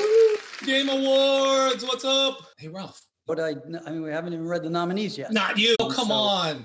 You were in a game, Karate Kid for Nintendo 1987. It was weak. All right, Yuji, listen, whatever, okay? Why don't we just... Right. Best Fighting Game. Grand Blue Fantasy Versus. More, nobody knows. Under Night in Birth. The Game Award goes to... Sorry, is... Somebody glue this thing? I know. And the winner is Mortal Kombat 11 Ultimate. Awesome. All right, congratulations. One of the most beautiful games of the year to help fill that void a little. It just won Best Simulation Strategy Game, Microsoft Flight Simulator to Xbox. Here's what that's going to look like of our wonderful world.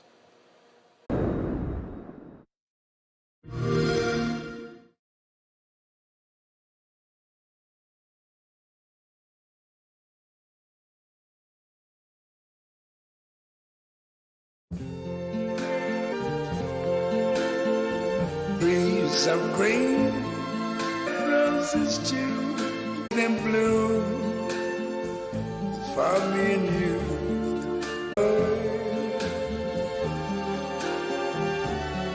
Yeah, what a wonderful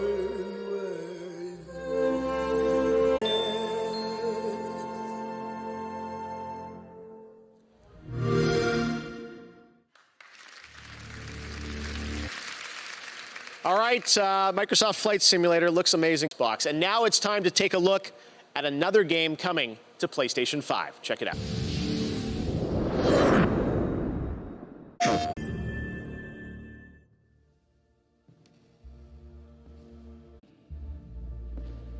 I will go there now.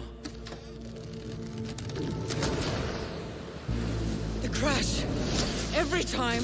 What is this cycle I'm trapped inside?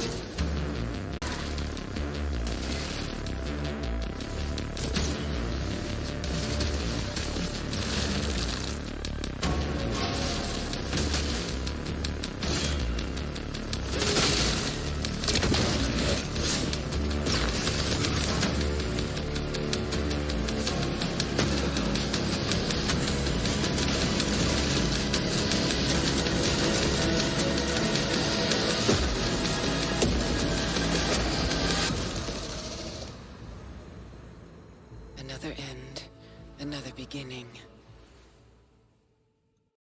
PlayStation. All right, we will be back in just a moment. And a meme, a legend, Reggie, he's going to join a game from a guy you might remember from one of the clips in Game Awards history, Joseph Fares. His song from The Last of Us Part 2, and later from Europe to present Content Creator of the Year, presented by Adobe. Lots of great stuff coming up here on the Game Awards. We will see you right after this. What are you training for? Strength. It's not so that I continue winning. I train so that I never lose again.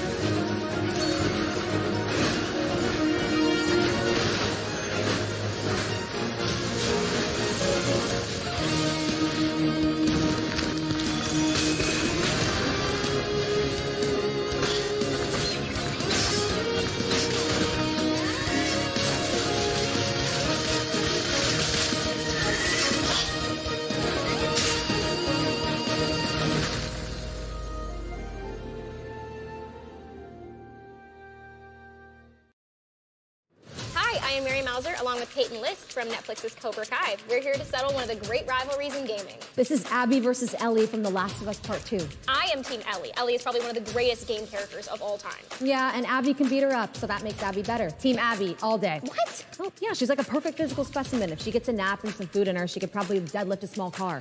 And she's nice to dogs. Well, Ellie is an artist and a beautiful singer. Well, Abby could be a good singer, you don't know. Yeah, you can tell she's not a good singer. Point collectors don't make good singers. Yeah, fair enough. You win this round, Mauser.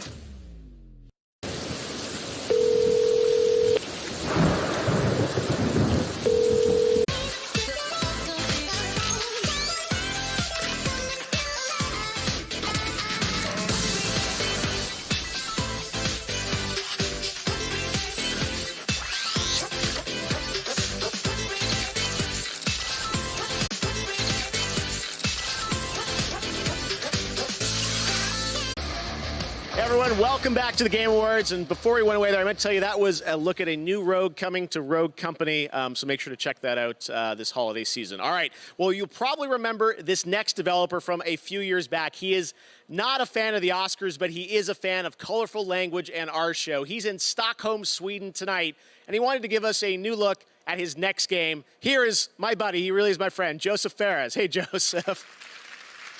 What's up, Jeff? So nice to be back at the Game Awards. As you can see, I'm in the middle of a mocap shoot, working on our next game, It Takes Two.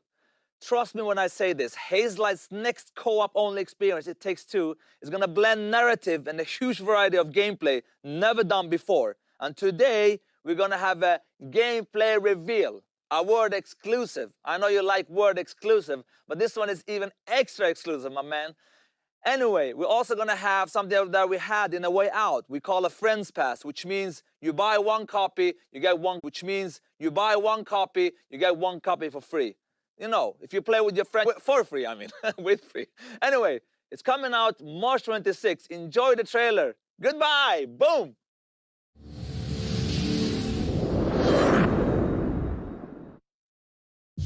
This is the story of a magical king. One of wizards and warriors. It's an epic tale set upon the high sea. Time and space! Pew, pew, pew, pew! It's also a bit of a winter wonderland. Oh, wait a minute. Did I mention the big explosion? Hold it right there. Look at these dolls. It's to be humans. Ay, ay, ay. The story of Cody and May. Why'd you look like a blob of clay? Wanna change back? Then you need to fit. We can have a dream, baby. So, this is a story of passion. Now I'm gonna throw up. Oh, you're a doll, Cody. You've nothing to throw up.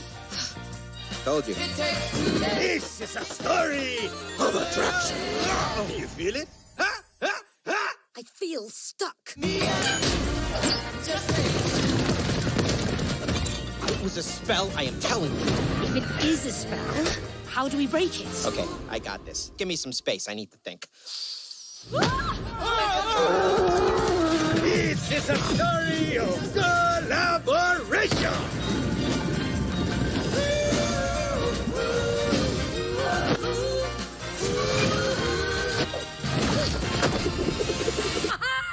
How comes you get all the cool get? Cody.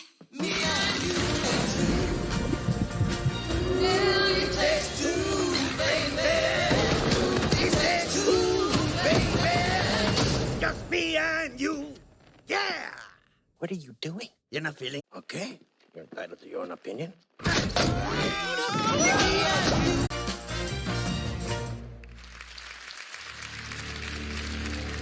What an absolutely crazy game. Joseph showed that to me last summer when I was in Stockholm, and I'm like, we have to show this off. There's so much gameplay there. Thank you for that, Joseph.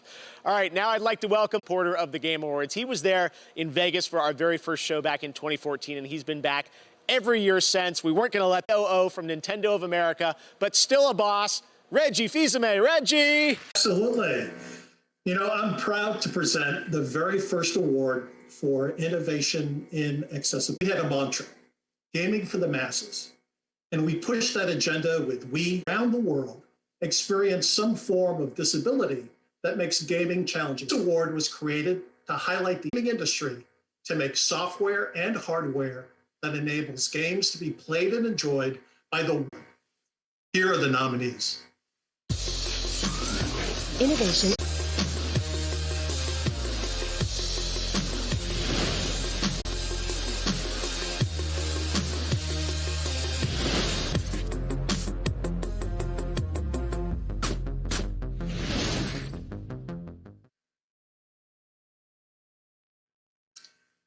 And the award goes to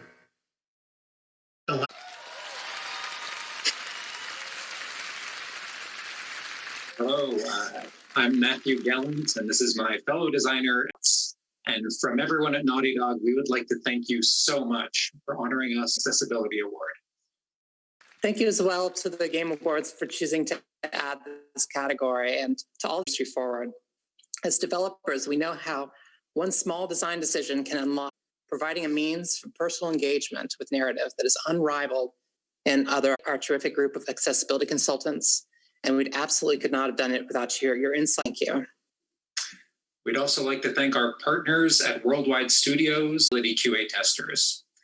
And we'd also like to thank everybody at Naughty Dog. This was truly a team effort, and every department had a part to play in removing barriers for players with disabilities. Lastly, we'd like to thank you, the players. Nothing makes us prouder than hearing stories from players who were able to experience The Last of Us Part 2 without assistance, using our accessibility features to remove barriers that would have otherwise excluded them. From both of us, thank you so much. Thank you. Congratulations to Naughty Dog. Such an important category, and I'm proud that we're able to recognize innovation and accessibility here at the Game Awards. We're going to do that every year moving forward. This next world premiere gives us our first glimpse at next year's big adventure for the Elder Scrolls Online. Enjoy.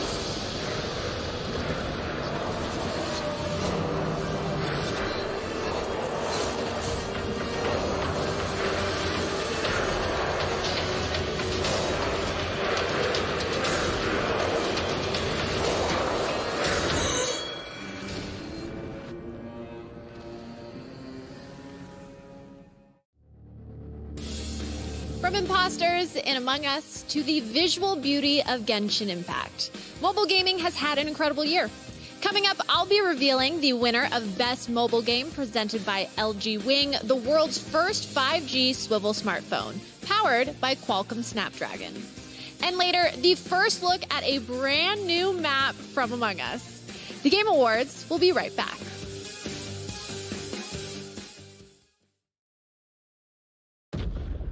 The line between light and dark is so very thin. Let's cross it together.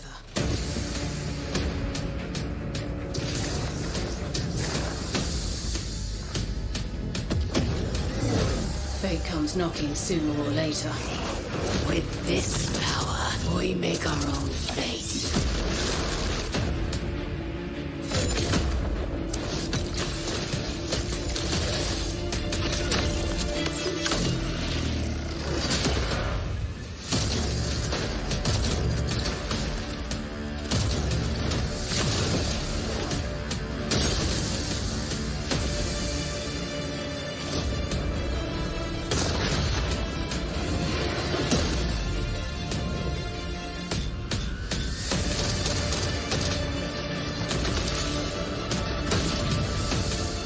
Then, load up.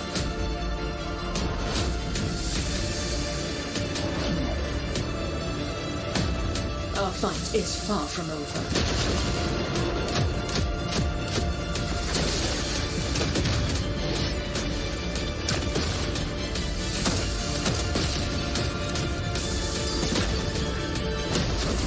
The Guardians will come through.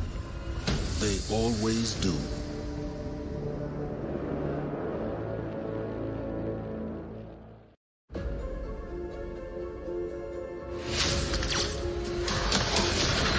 Stay alive and meet me in Cecil Slack's cantina. The thing I love about Black Spire Outpost? You never know who you're gonna cross paths with. I am a highly trained resistance spy. There's something wrong with this place. Received your distress call. The Council did.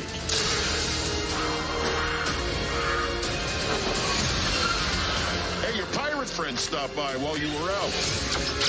Oh dear.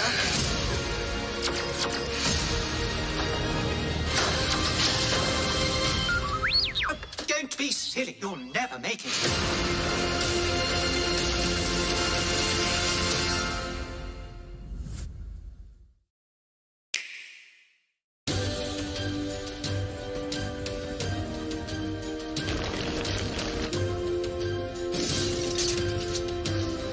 Go now.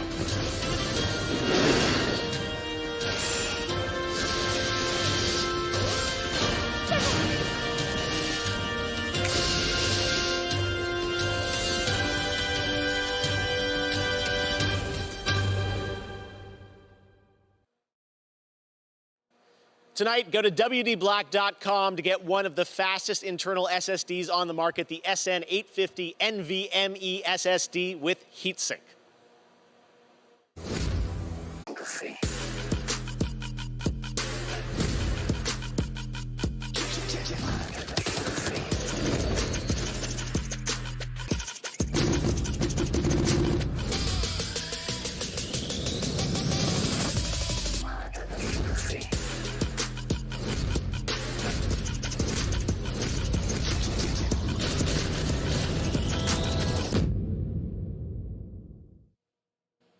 We've just heard from our friends at Pokemon Go that there is another surge of Wooper appearing, so we're implementing another Wooper Watch.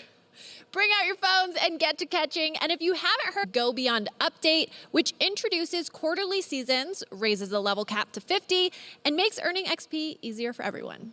Pokemon originally discovered in the Kalos region, like Chespin, Fennekin, and Froakie, are also making their Pokemon Go debut. There's also a lot of bonuses happening now, and it's never been a better time to play Pokemon Go.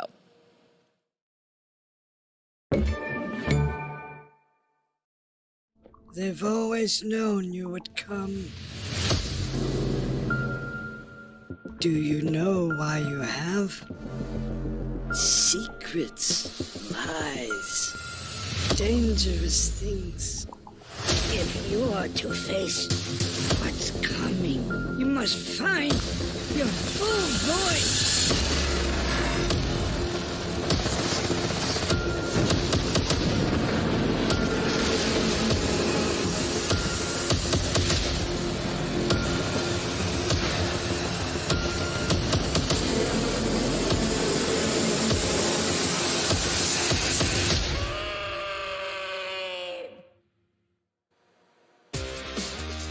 To present our next award, she's a host and producer from IGN and your host for the Game Awards pre-show. This is Sydney Goodman.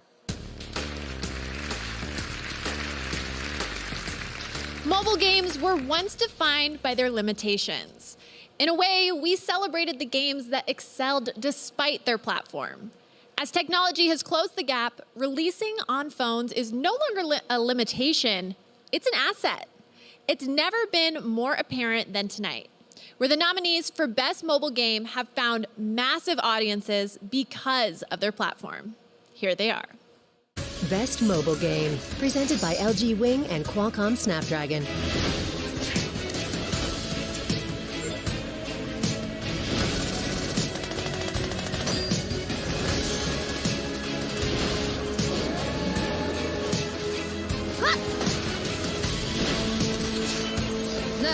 take to the sky.